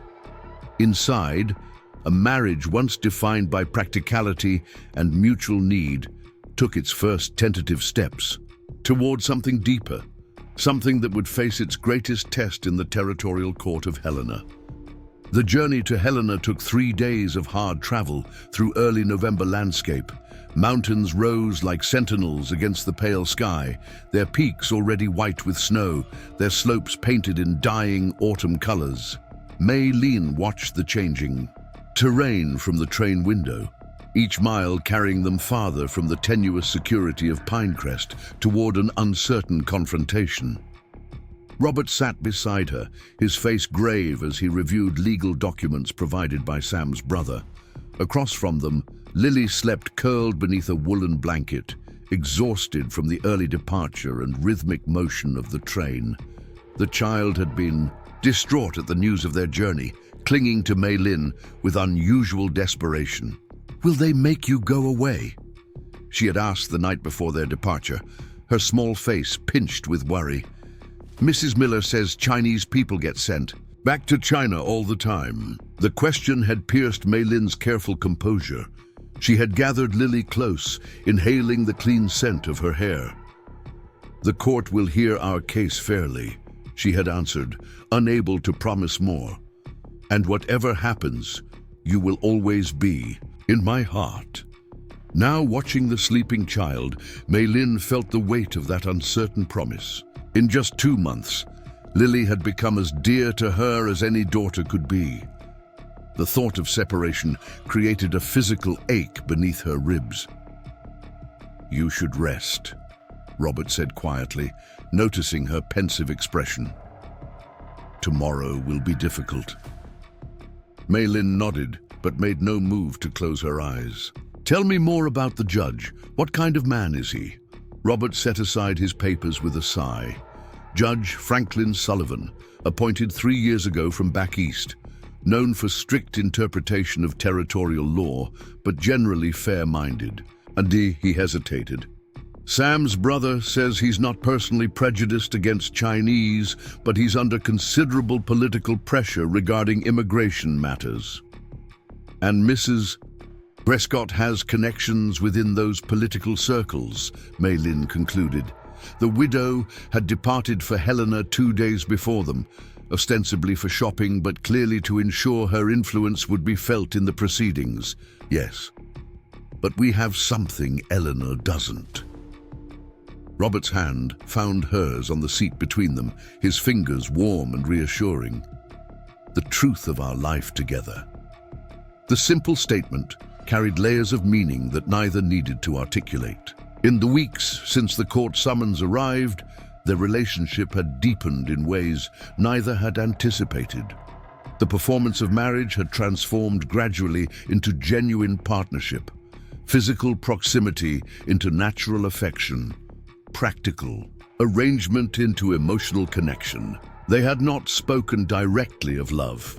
That word remained too freighted with past associations for both of them, but in 100 small ways, they had acknowledged the shift in their relationship. The way Robert now sought her opinions on matters beyond household concerns, The easy physical contact that no longer required an audience to justify it, the shared glances over Lily's head that communicated without words. Helena appeared first as a smudge of smoke against the horizon, then resolved into Montana's capital city, larger than Pinecrest by orders of magnitude, with brick buildings, paved streets, and an air of bustling importance. Robert guided them to a modest hotel near the courthouse, where they would stay during the proceedings. Their room was small but clean, with a double bed for them and a trundle for Lily. As they settled in, Mei Lin felt her anxiety rising like floodwaters. Tomorrow would determine everything: her right to remain in America, her marriage to Robert, her place in Lily's life. The weight of it pressed against her chest, making each breath an effort. That evening, after Lily had fallen asleep, Robert found Mei Lin standing by the window, staring out at the unfamiliar city lights. Without words, he moved behind her, strong arms encircling her waist, his chin resting lightly on her head. "You're trembling," he observed quietly. "I am afraid," she admitted, the confession easier in darkness. "Not of the questions or the scrutiny, but of losing what we have built." His arms tightened slightly. "That won't happen. I won't let it." She turned in his embrace, looking up at his scarred face. So familiar now she hardly noticed the jagged line that had once seemed his defining feature. "Some things cannot be prevented by sheer will, Robert. The law is powerful, and we have powerful enemies." "We also have truth on our side," he reminded her. "Our marriage is legal under the treaty provisions. Judge Sullivan is a fair man, and—" He stopped, something vulnerable crossing his expression. "And," she prompted gently. Robert took a deep breath. "And I will testify under oath that I need you, that Lily needs you, that our life together is genuine in every way that matters." The simple declaration, spoken with such quiet certainty, eased something tight in Mei Lin's chest. She raised her hand to his face, fingers tracing the scar that told its own story of survival. "Then we will face tomorrow together and speak our truth without fear." The courthouse loomed imposing against the morning sky, its stone facade radiating permanence and authority. Inside, the polished wooden benches and formal atmosphere heightened Mei Lin's sense of being judged not just by the court, but by America itself, this vast, contradictory nation that simultaneously offered opportunity and erected barriers based on origins and appearance. Eleanor Prescott was already seated when they entered, her black dress and severe expression creating a stark contrast to Mei Lin's carefully chosen blue ensemble. Beside her sat a sharp-featured lawyer whose eyes assessed the Callahan family with calculating precision. Deputy Sam was there too, having traveled separately to testify on their behalf. He nodded encouragingly as they took their seats. Martha Bennett had come as well, despite the difficult journey, her presence a silent statement of support.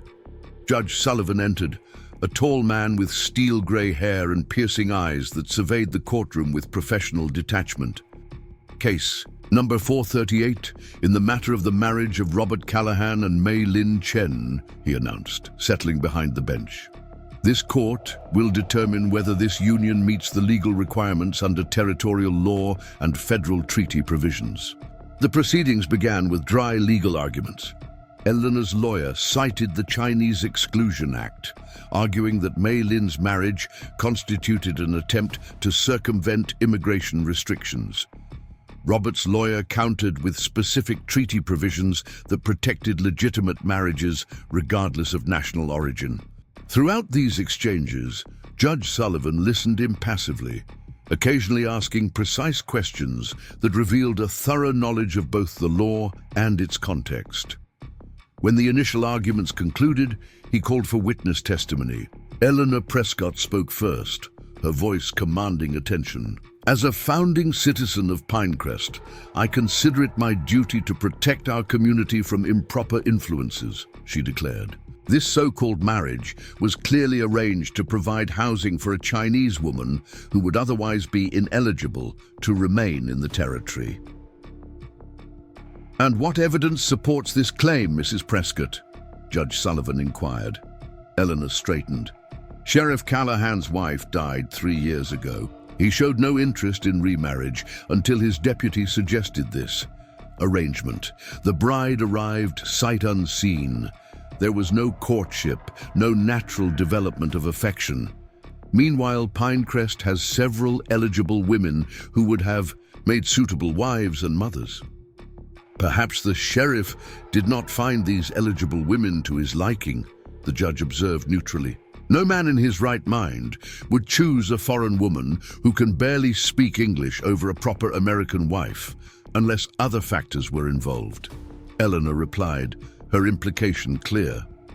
Mei Lin felt Robert tense beside her, but maintained her own composure, eyes forward, expression dignified despite the insults.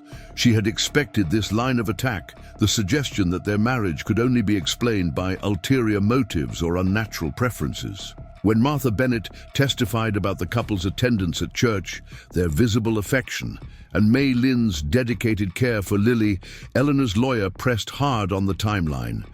"Isn't it true that the Callahans only began appearing together in public after receiving the court summons? That their suddenly demonstrative behavior coincided precisely with legal scrutiny?" Martha remained unruffled. "They were finding their way, as any new family does. Some take time to show their feelings openly, especially in a community that hasn't been entirely welcoming." Deputy Sam's testimony provided practical support, describing Robert's careful consideration before writing to Mei Lin, the consistent correspondence, the positive changes in both Robert and Lily since her arrival. "I've known Robert Callahan since we both came home from the war," he concluded. "He's not a man who acts without careful thought or genuine intention." Throughout these testimonies, Judge Sullivan observed more than he spoke. His piercing gaze, moving between the witnesses, the lawyers, and the Callahans. When Robert was finally called to testify, the courtroom fell silent. "Sheriff Callahan," the judge began, "please explain to this court your reasons for entering into marriage with Miss Chen." Robert stood straight, his voice steady. "After my first wife died, I focused solely on my duties as sheriff and father, but Lily needed more than I alone could provide. When Sam suggested corresponding with Miss Chen, I approached it as I would any serious undertaking. Carefully, honestly. And what made you select Miss Chen specifically from among the available correspondence?" "Her letters," Robert answered simply. "They revealed intelligence, strength of character, and honesty. She wrote not of romance, but of building a life based on mutual respect and shared purpose. Those values aligned with my own." Eleanor's lawyer interrupted. "Yet you married a woman you had never met, from a culture entirely different from your own. Doesn't that suggest motives beyond the conventional?" Robert's expression hardened slightly. "I married a woman whose character I had come to know through months of correspondence. As for cultural differences, Montana was built by people from different places, finding common ground on new soil." The questioning continued, probing the timeline of their relationship, the sleeping arrangements, the daily routines that constituted married life. Robert answered each question directly, neither embellishing nor concealing, his quiet dignity a rebuke to the insinuations embedded in the lawyer's queries. Then it was Mei Lin's turn. As she took the stand, she felt the weight of every eye in the courtroom, the judgment in some gazes, the encouragement in others. She had prepared for this moment, rehearsing answers to likely questions, but now, faced with the formal proceedings, she found herself drawing strength, not from preparation, but from something deeper, the certainty of who she had become in her months with Robert and Lily. "Mrs. Callahan, or should I say Miss Chen," the opposing lawyer began, his tone suggesting her rightful name was in question. "Mrs. Callahan is correct," she replied evenly. "I am legally married according to the laws of Montana Territory." "That remains to be determined," he countered. "Please state for the court your purpose in coming to America, and specifically to Pinecrest."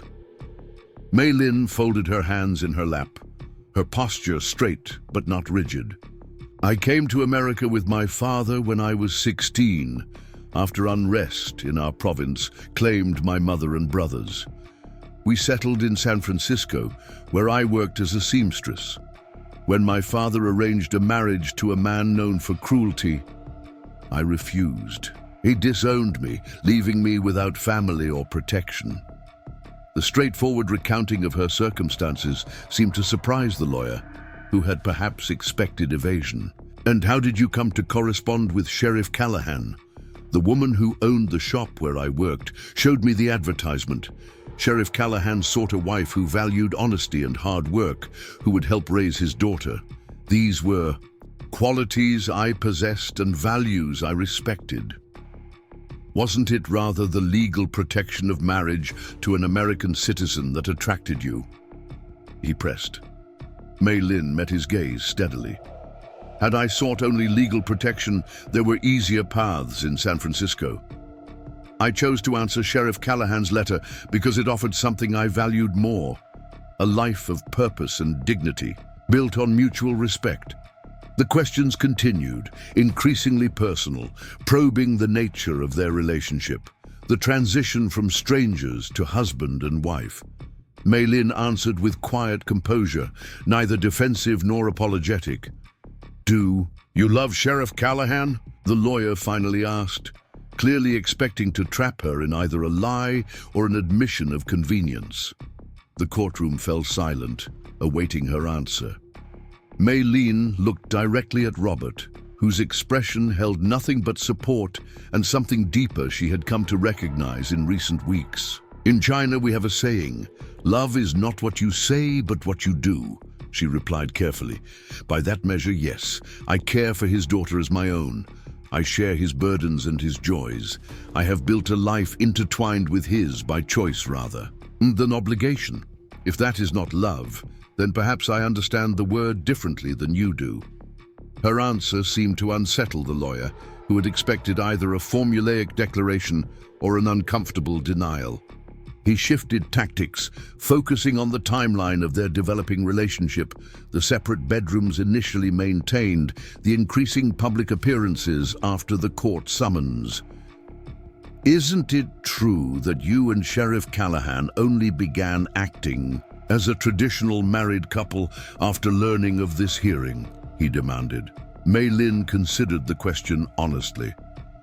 "Our relationship has deepened over time, as any genuine connection does. The court summons did not create feelings that were not already growing between us. It merely hastened our recognition of them." When the questioning finally ended, Judge Sullivan called a recess before final arguments. In the courthouse hallway, Robert found Mei Lin standing alone by a window, her composed expression giving way to exhaustion now that public scrutiny had temporarily lifted. "You were magnificent," he said quietly, joining her, honest yet dignified throughout. She turned to him, a question in her eyes. "Do you think it will be enough?" Before he could answer, Eleanor Prescott approached, her lawyer conspicuously absent. "A word, if I may," she requested, her usual imperious tone somewhat muted. Robert moved protectively closer to Mei Lin. "I believe you've said plenty already, Eleanor." The older woman's face tightened, but she pressed on. "What I have to say is for Mrs. Callahan's ears particularly." She hesitated, then continued with obvious difficulty. "Your testimony was unexpected. Most would have embellished or concealed to serve their interests. Your honesty, while foreign to my experience, suggests character I had not anticipated." The grudging acknowledgement hung in the air, neither apology nor surrender, but perhaps the beginning of reassessment. Mei Lin inclined her head slightly. "Thank you, Mrs. Prescott. I believe honesty serves all interests in the long term, even when temporarily inconvenient." A ghost of a smile touched Eleanor's lips. "Perhaps we are not so different in that belief, Mrs. Callahan." She straightened, her moment of accessibility passing. "The judge will rule as he sees fit. Whatever the outcome, you have conducted yourself with dignity today." With that, she departed, leaving Robert and Mei Lin staring after her in surprise. "Did Eleanor Prescott just offer something resembling respect?" Robert asked incredulously. "I believe she recognized something familiar," Mei Lin replied thoughtfully. "Strength, perhaps, the will to stand firm despite opposition."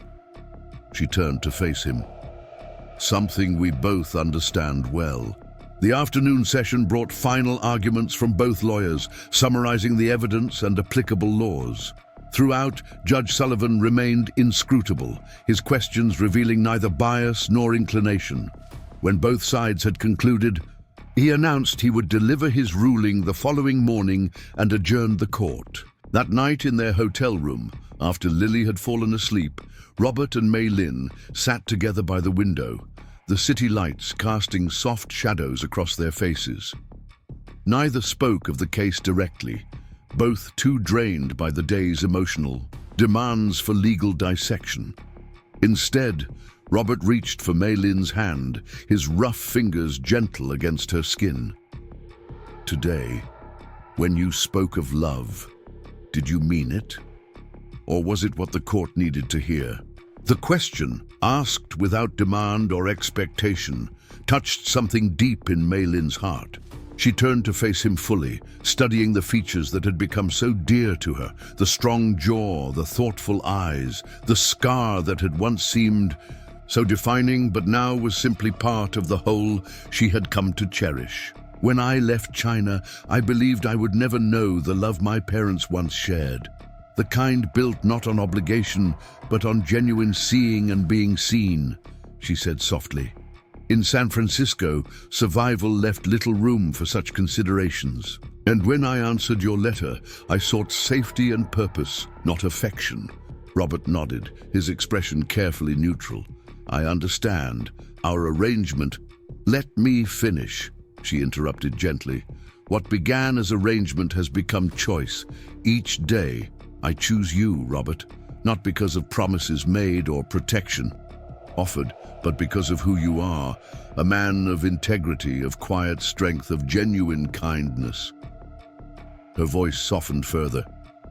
"I did not expect love to grow from practical soil, yet here it stands between us, unmistakable as the mountains outside. Our window." Something shifted in Robert's expression, wonder, perhaps, or relief, or joy, too long contained. "Mei Lin," he breathed, his voice rough with emotion. "I never thought I would feel this way again after Emma died. Didn't think my heart had room for it.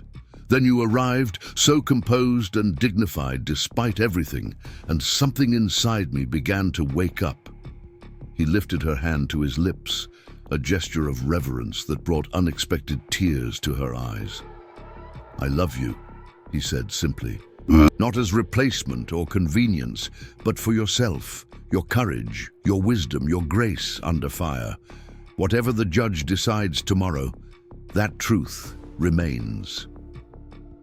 The declaration, spoken with such quiet certainty, washed over Mei Lin like warm rain after drought. She moved into his arms, their embrace no longer performative or cautious, but the natural expression of feelings too profound for words alone. As moonlight spilled through the window, casting silver patterns across the room, where Lily slept peacefully, Robert and Mei Lin found communion beyond cultural differences or legal definitions. The recognition of two souls who had traveled difficult paths to find unexpected harbor in each other.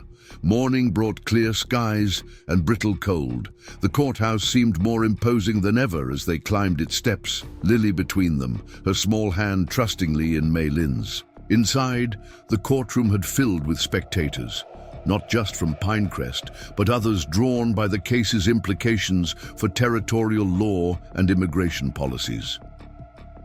Judge Sullivan entered precisely at 9 o'clock, his expression giving nothing away as he settled into his chair and surveyed the assembled parties. After careful consideration of testimony and relevant statutes, I am prepared to render judgment in the matter of the Callahan marriage, he announced, his voice filling the hushed courtroom. This case presents complex questions regarding the intersection of immigration policy, treaty rights, and the fundamental institution of marriage.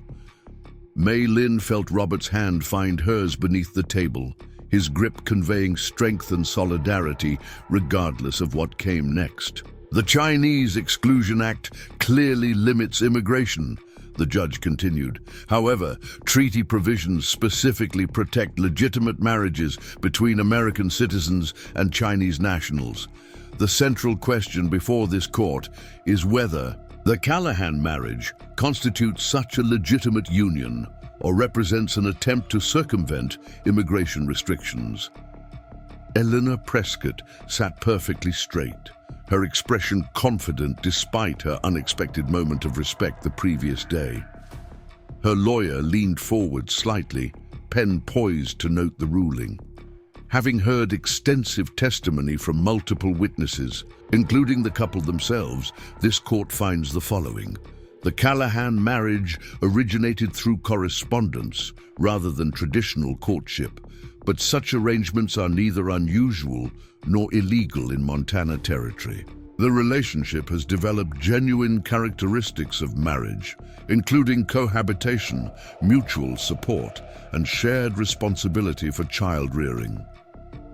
Judge Sullivan paused, his gaze moving deliberately between Eleanor Prescott and the Callahans. Mrs. Prescott's concerns, while perhaps motivated by civic interest, do not constitute legal grounds for invalidating a marriage properly solemnized under territorial law.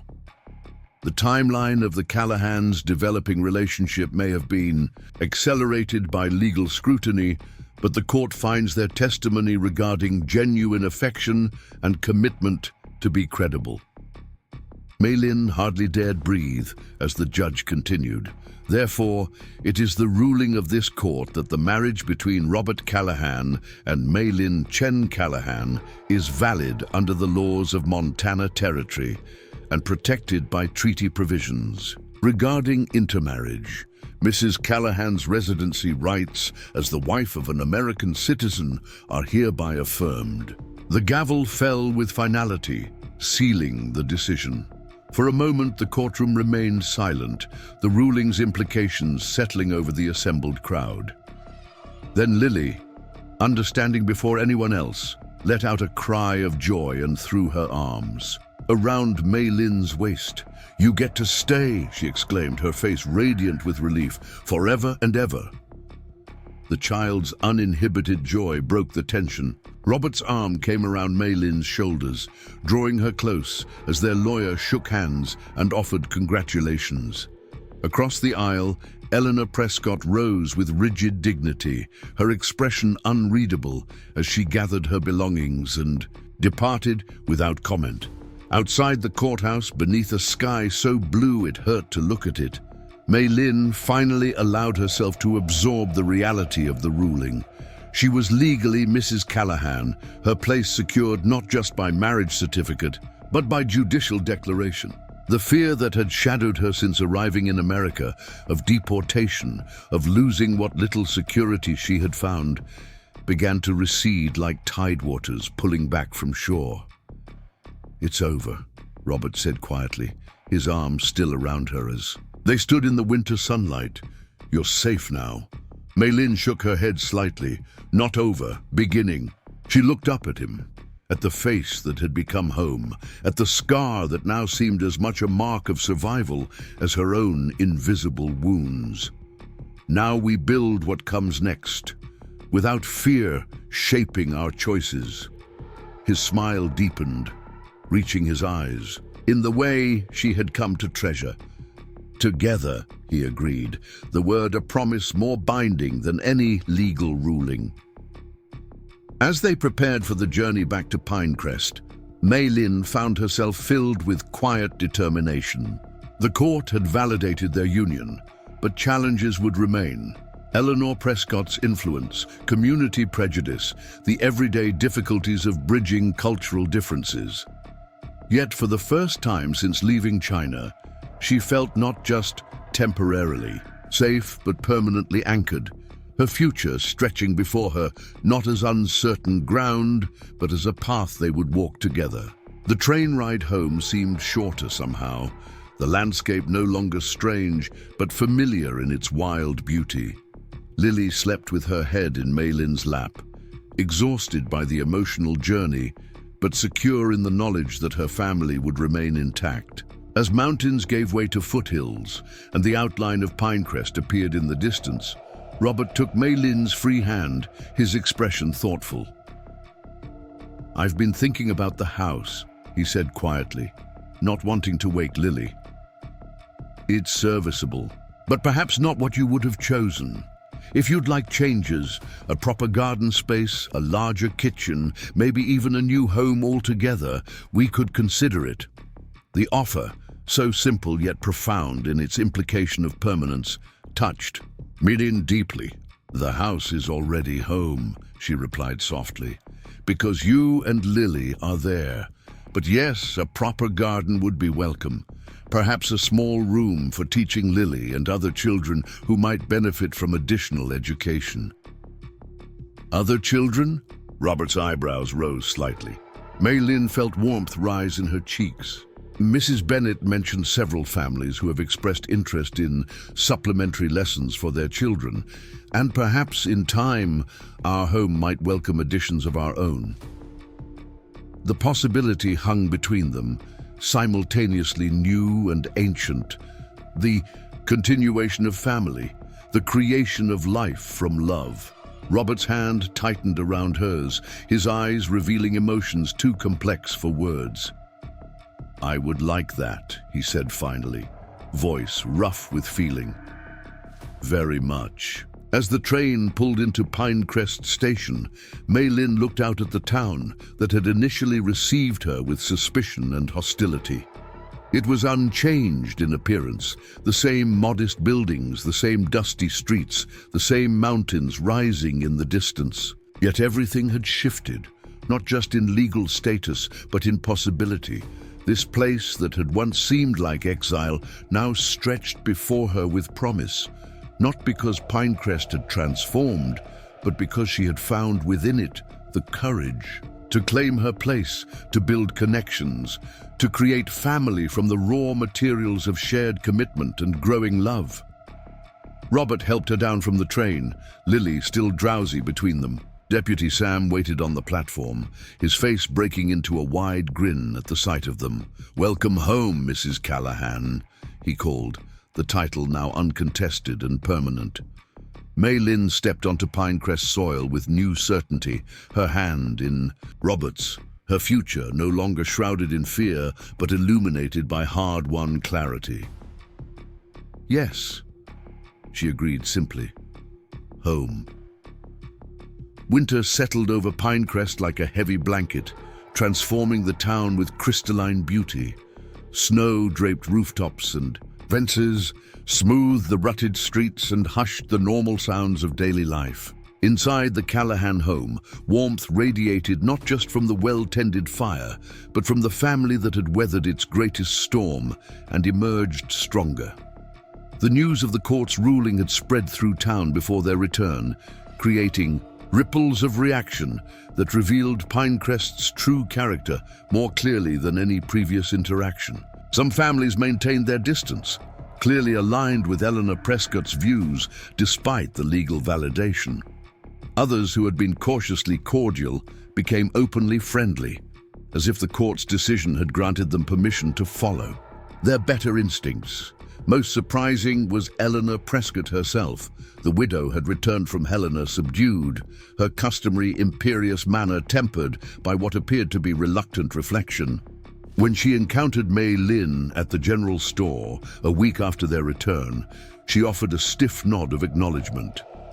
"Mrs. Callahan," she said formally, the title spoken without the previous mockery, "I trust you are settling in properly now, and that legal matters are resolved."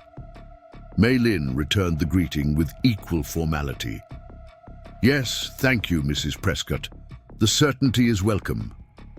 A moment of awkward silence followed before Eleanor continued, her voice lowered.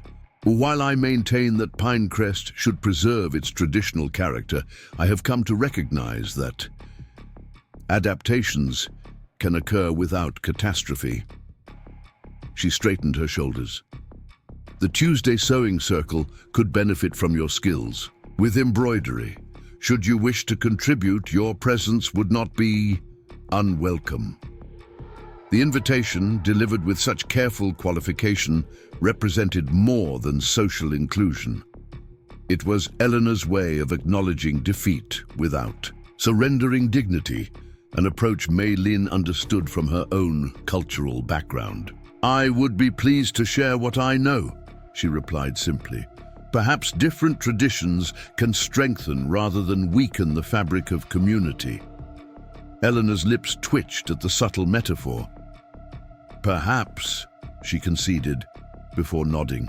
Farewell and continuing her shopping. When Mei Lin recounted this exchange to Robert that evening, his eyebrows rose in disbelief. Eleanor Prescott extending an olive branch. "Next you'll tell me bears are dancing in the town square." Mei Lin smiled, setting aside her mending.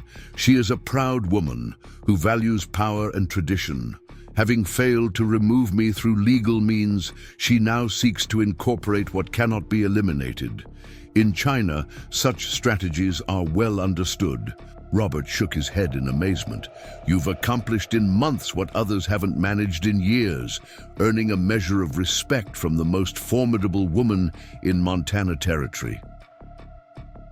"Not through confrontation but persistence," Mei Lin observed. "Water does not defeat stone by force, but by gentle, constant pressure over time." As December deepened toward Christmas, Pinecrest's first significant holiday since their marriage, Mei Lin found herself navigating new cultural terrain. The Christian celebration was unfamiliar, its rituals and expectations different from the festivals of her childhood. Yet Lily's excitement proved contagious as they decorated the house with evergreen boughs and handcrafted ornaments. "Will you tell me about holidays in China?" Lily asked one evening as they strung cranberries for the small pine tree Robert had brought home. "Did you have Christmas there?" Mei Lin shook her head. "Not Christmas, but we celebrated the Lunar New Year with great festivity. Families gathered for special meals, children received red envelopes with money for good fortune, and homes were decorated with symbols of prosperity and happiness." Lily's eyes widened with interest. "Could we do some of that too, along with Christmas?" The question, asked with such innocent curiosity, touched Mei Lin deeply.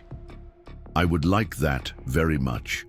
Perhaps when the Lunar New Year arrives in February, we could prepare traditional foods and decorations together." "What about red envelopes?" Lily asked hopefully, her practical side emerging. Robert laughed from his place by the fire, where he had been pretending not to listen. "I think that could be arranged. Cultural exchange seems like a fine tradition to establish in this house." The easy acceptance of her heritage, the willingness to incorporate rather than erase her background, reinforced Mei Lin's growing certainty that she had found not just safety, but belonging in this unlikely place. The court case, for all its stress and challenge, had cleared the way for honest integration of their lives and traditions. Christmas Day brought unexpected gifts, not just the practical items exchanged between family members, but the arrival of several Pinecrest families bearing food and well-wishes. The Bennetts, the Harpers, Deputy Sam and his sweetheart Miss Taylor, even old Mr. Zheng from the laundry, joined them for an impromptu gathering that filled the house with conversation and laughter. "Quite a change from last year," Sam observed. quietly to Robert as they watched Mei Lin showing several fascinated children how to fold paper into delicate crane shapes. "This house hasn't seen this much life since." "Since Emma," Robert finished, his voice steady. "She would have approved, I think, of all of it." He glanced at his friend. "Thank you, Sam, for suggesting I write that letter, for believing there could be a second chance at happiness." The deputy clapped him on the shoulder. "Just glad you had the sense to listen. Not many would have taken such a leap of faith." Faith, Robert reflected, watching his wife move gracefully among their guests. Not the kind spoken of in church. Perhaps, but faith nonetheless, in possibility, in renewal, in the human capacity to build connection across differences that once seemed insurmountable. As winter slowly yielded to spring, the changes in the Callahan household became increasingly visible to the town. The once neglected garden behind the house underwent transformation as Mei Lin applied both Chinese agricultural knowledge and practical frontier wisdom gleaned from Martha Bennett. Raised beds appeared for vegetables. A small herb garden took shape near the kitchen door, and the struggling roses received careful pruning and attention. More significant was the conversion of the small storage room off the parlor into what Lily proudly called her academy. With Robert's help, Mei Lin installed bookshelves, a proper writing desk, and a large slate board on the wall.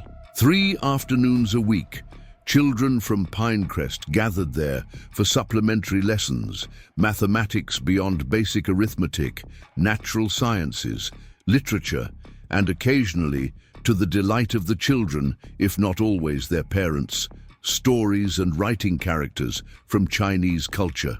"Mrs. Callahan says I have a natural aptitude for geometry," announced the blacksmith's son at Sunday dinner, the unfamiliar word delivered with careful precision. "She says understanding angles will help me in my father's work someday." Such moments gradually shifted perception throughout the town. The foreign bride, who had arrived to such suspicion, was becoming something else in community estimation. A valuable educator, a skilled gardener, a dignified presence whose difference increasingly represented enrichment rather than threat. Even Eleanor Prescott, while never becoming truly warm, developed a respectful working relationship with Mei Lin through church activities and town committees. The widow's formidable organizational skills, paired with Mei Lin's diplomatic approach to differing viewpoints, proved unexpectedly effective in improving Pinecrest's school curriculum and establishing a small lending library. "An unusual alliance," Robert commented, after one particularly successful town meeting where the two women had jointly presented proposals for educational improvements, "but strangely effective." "We are not so different at our core," Mei Lin replied thoughtfully. "Both determined, both protective of what we value. She guards tradition, I honor integration. Between these positions, balance can be found." Spring brought more than external changes to the Callahan home. As the mountains shed their snow and wildflowers began to carpet the valleys, Mei Lin confirmed what she had suspected since late winter. She was carrying a child. The news, shared first with Robert one evening after Lily had gone to bed, transformed his normally composed expression into one of wonder and cautious joy. "Are you certain?" he asked, his hand reaching instinctively toward her still flat abdomen.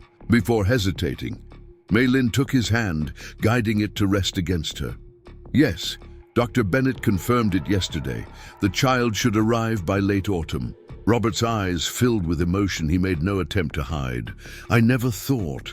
After losing Emma during Lily's birth, I feared." He couldn't complete the thought. Old grief and new happiness colliding.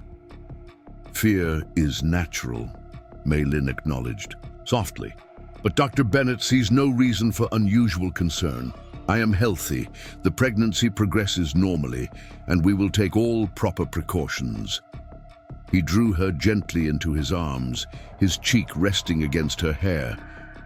"Another beginning," he murmured, "one I never dared to hope for."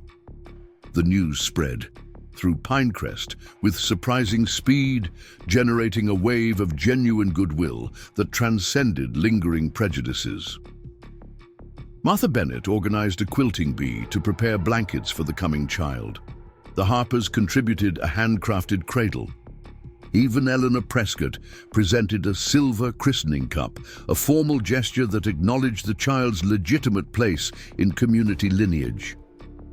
Most touching was Lily's reaction. After the initial announcement, she approached Mei Lin with solemn curiosity. "Will the baby be Chinese or American?" she asked, her logical mind grappling with concepts of identity. Mei Lin considered the question carefully. "Both in different ways, like a tapestry with threads of different colors that create a unique pattern." Lily nodded, processing this. "Will you love the baby more? Because it's really yours?" The question pierced Mei Lin's heart with its vulnerable honesty. She gathered Lily close, breathing in the scent of soap and sunshine that always clung to her. "You are also really mine," she said firmly, "not by birth, but by choice, a stronger claim in many ways. Love grows not from obligation, but from daily, caring, shared moments, lives intertwined by choice. You were my daughter in heart before I ever carried this child." The reassurance seemed to satisfy Lily, who soon threw herself into preparations with characteristic thoroughness, reading books about infant care and solemnly explaining to her school friends the responsibilities of older sisterhood. As summer unfolded across the Montana landscape, painting the world in vibrant colors and abundant growth, Mei Lin found herself reflecting on the extraordinary journey that had brought her to this place of belonging. From desperate circumstances in San Francisco to respected wife and mother in Pinecrest, from cultural outsider to community educator, from arrangement of convenience to genuine partnership founded on deepest love, each step had seemed impossible until taken, each transition unimaginable until lived. On warm evenings, she and Robert would sit on the porch, watching Lily play in the yard, where wildflowers now grew alongside carefully tended vegetables. His hand would rest gently on her growing abdomen, feeling the movements of the child who represented their shared future. Sometimes they spoke of practical matters, the room being prepared for the baby, plans for expanding Mei Lin's teaching to include older students, Robert's work maintaining peace in a town that had gradually, imperfectly expanded its definition of community. Other times they sat in comfortable silence, no longer strangers negotiating careful distance, but partners whose connection ran too deep for constant articulation. The scars they both carried, his visible on his face, hers hidden within memories of loss and displacement, had not vanished, but had softened, becoming part of their shared history, rather than barriers between them. "I received a letter from Mrs. Zhang in San Francisco," Mei Lin mentioned one such evening, the setting sun painting the mountains gold and crimson. "She wishes us well and sends good fortune for the child." Robert smiled, his fingers laced with hers. "Perhaps next summer we could visit San Francisco, show Lily and the baby where you lived, introduce them to your friends there." The suggestion, so simple yet profound in its implication of integrated lives and shared heritage, filled Mei Lin with quiet joy. "I would like that very much." As dusk settled over Pinecrest, lights appeared in windows across town, lamp flames marking each. Home where families gathered at day's end, Mei Lin looked out at the community that had first rejected her as too foreign, then gradually accepted her presence and finally recognized her contributions. The journey had required courage from them all, courage to change, to risk, to grow beyond comfortable limitations. "We should go in," Robert said softly as the evening air cooled. "Early start tomorrow." Mei Lin nodded, but lingered a moment longer, her hand resting where their child grew beneath her heart. The foreign, Bride had found her place not by surrendering identity, but by offering it as gift, not by demanding acceptance, but by demonstrating worth. And the scarred sheriff had recognized in her not just usefulness, but the bravery that mirrored his own, the courage to begin again after loss, to reach across difference toward connection, to build family from the raw materials of hope and commitment. Together they entered their home, where lamplight welcomed them with golden warmth, where Lily waited with her endless questions about the world, where the future took shape day by day through choice rather than chance. Not a perfect world, not without challenges still to face, but theirs, built by hands that had once been strangers, but now moved in harmony toward common purpose, bearing the light of hard-won belonging into each new day. Up next, you've got 2 more standout stories right on your screen. If this one hit the mark, you won't want to pass these up. Just click and check them out.